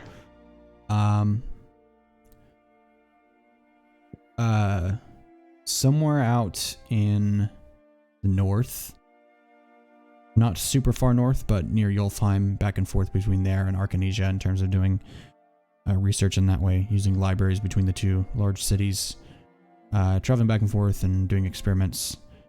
All else isn't really known. They're not sure. It's not listed. And then Professor Clover was in the Hetland, as well as the village, or town, excuse me, Hetland. But he was in that area mostly. Any other locations visited by Professor Clover is unknown.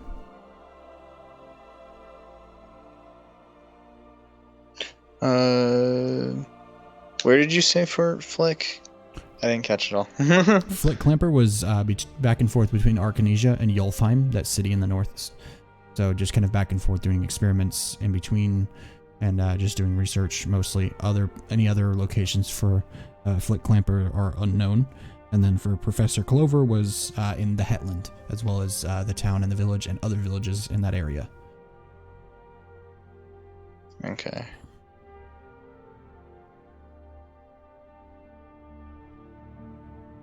I gotta look at this map again. Yeah, I've been looking at it this old. I've always got it pulled up. Yeah, good idea to always have the map up. There are a lot of locations. Yeah. You'll find that's how you spell it. Okay.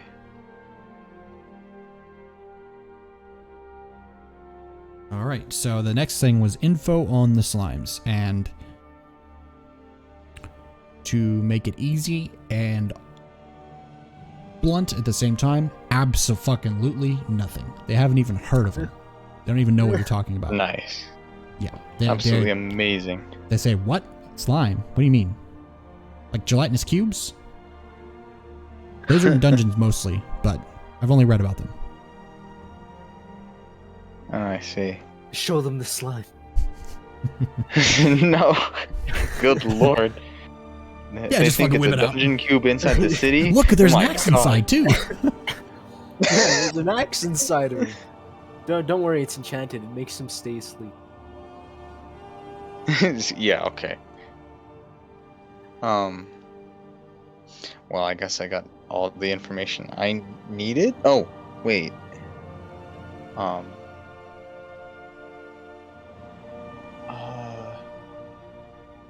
There's one other thing, actually. I don't know why I didn't think to look at for this in the library, but giants. Just say we could still giant say you're creatures. still there technically. Yeah, giant creatures larger than an ogre, far larger, like Titan-sized. If there is anything at all, Okay, so I'm sure this wouldn't say be that very, again. very So common. large creatures, Titan-sized. Is that what you said? Yeah. Okay. So they bring you a few books, and let's make this one a roll just for fun.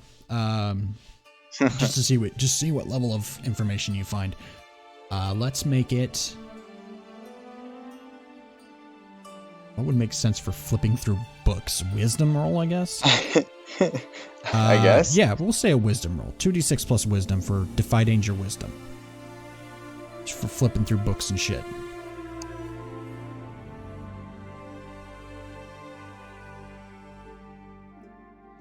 Plus wisdom. That's 14. Jesus. Very nice. I got 2 6s and I have a plus 2 So- on wisdom.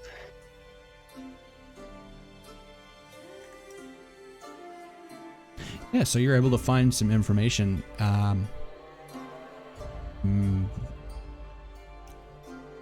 Chillingly enough, matching the information that you're looking for, considering that you've been rolling so low all night and you've rolled maximum just now. If you had skin and you had the ability to do so, you would have a shiver that ran up your spine, as the information that matches the description that you have been given and found things for and evidence that you've gone through matches a barbed devil, which is bad fucking news. Oof.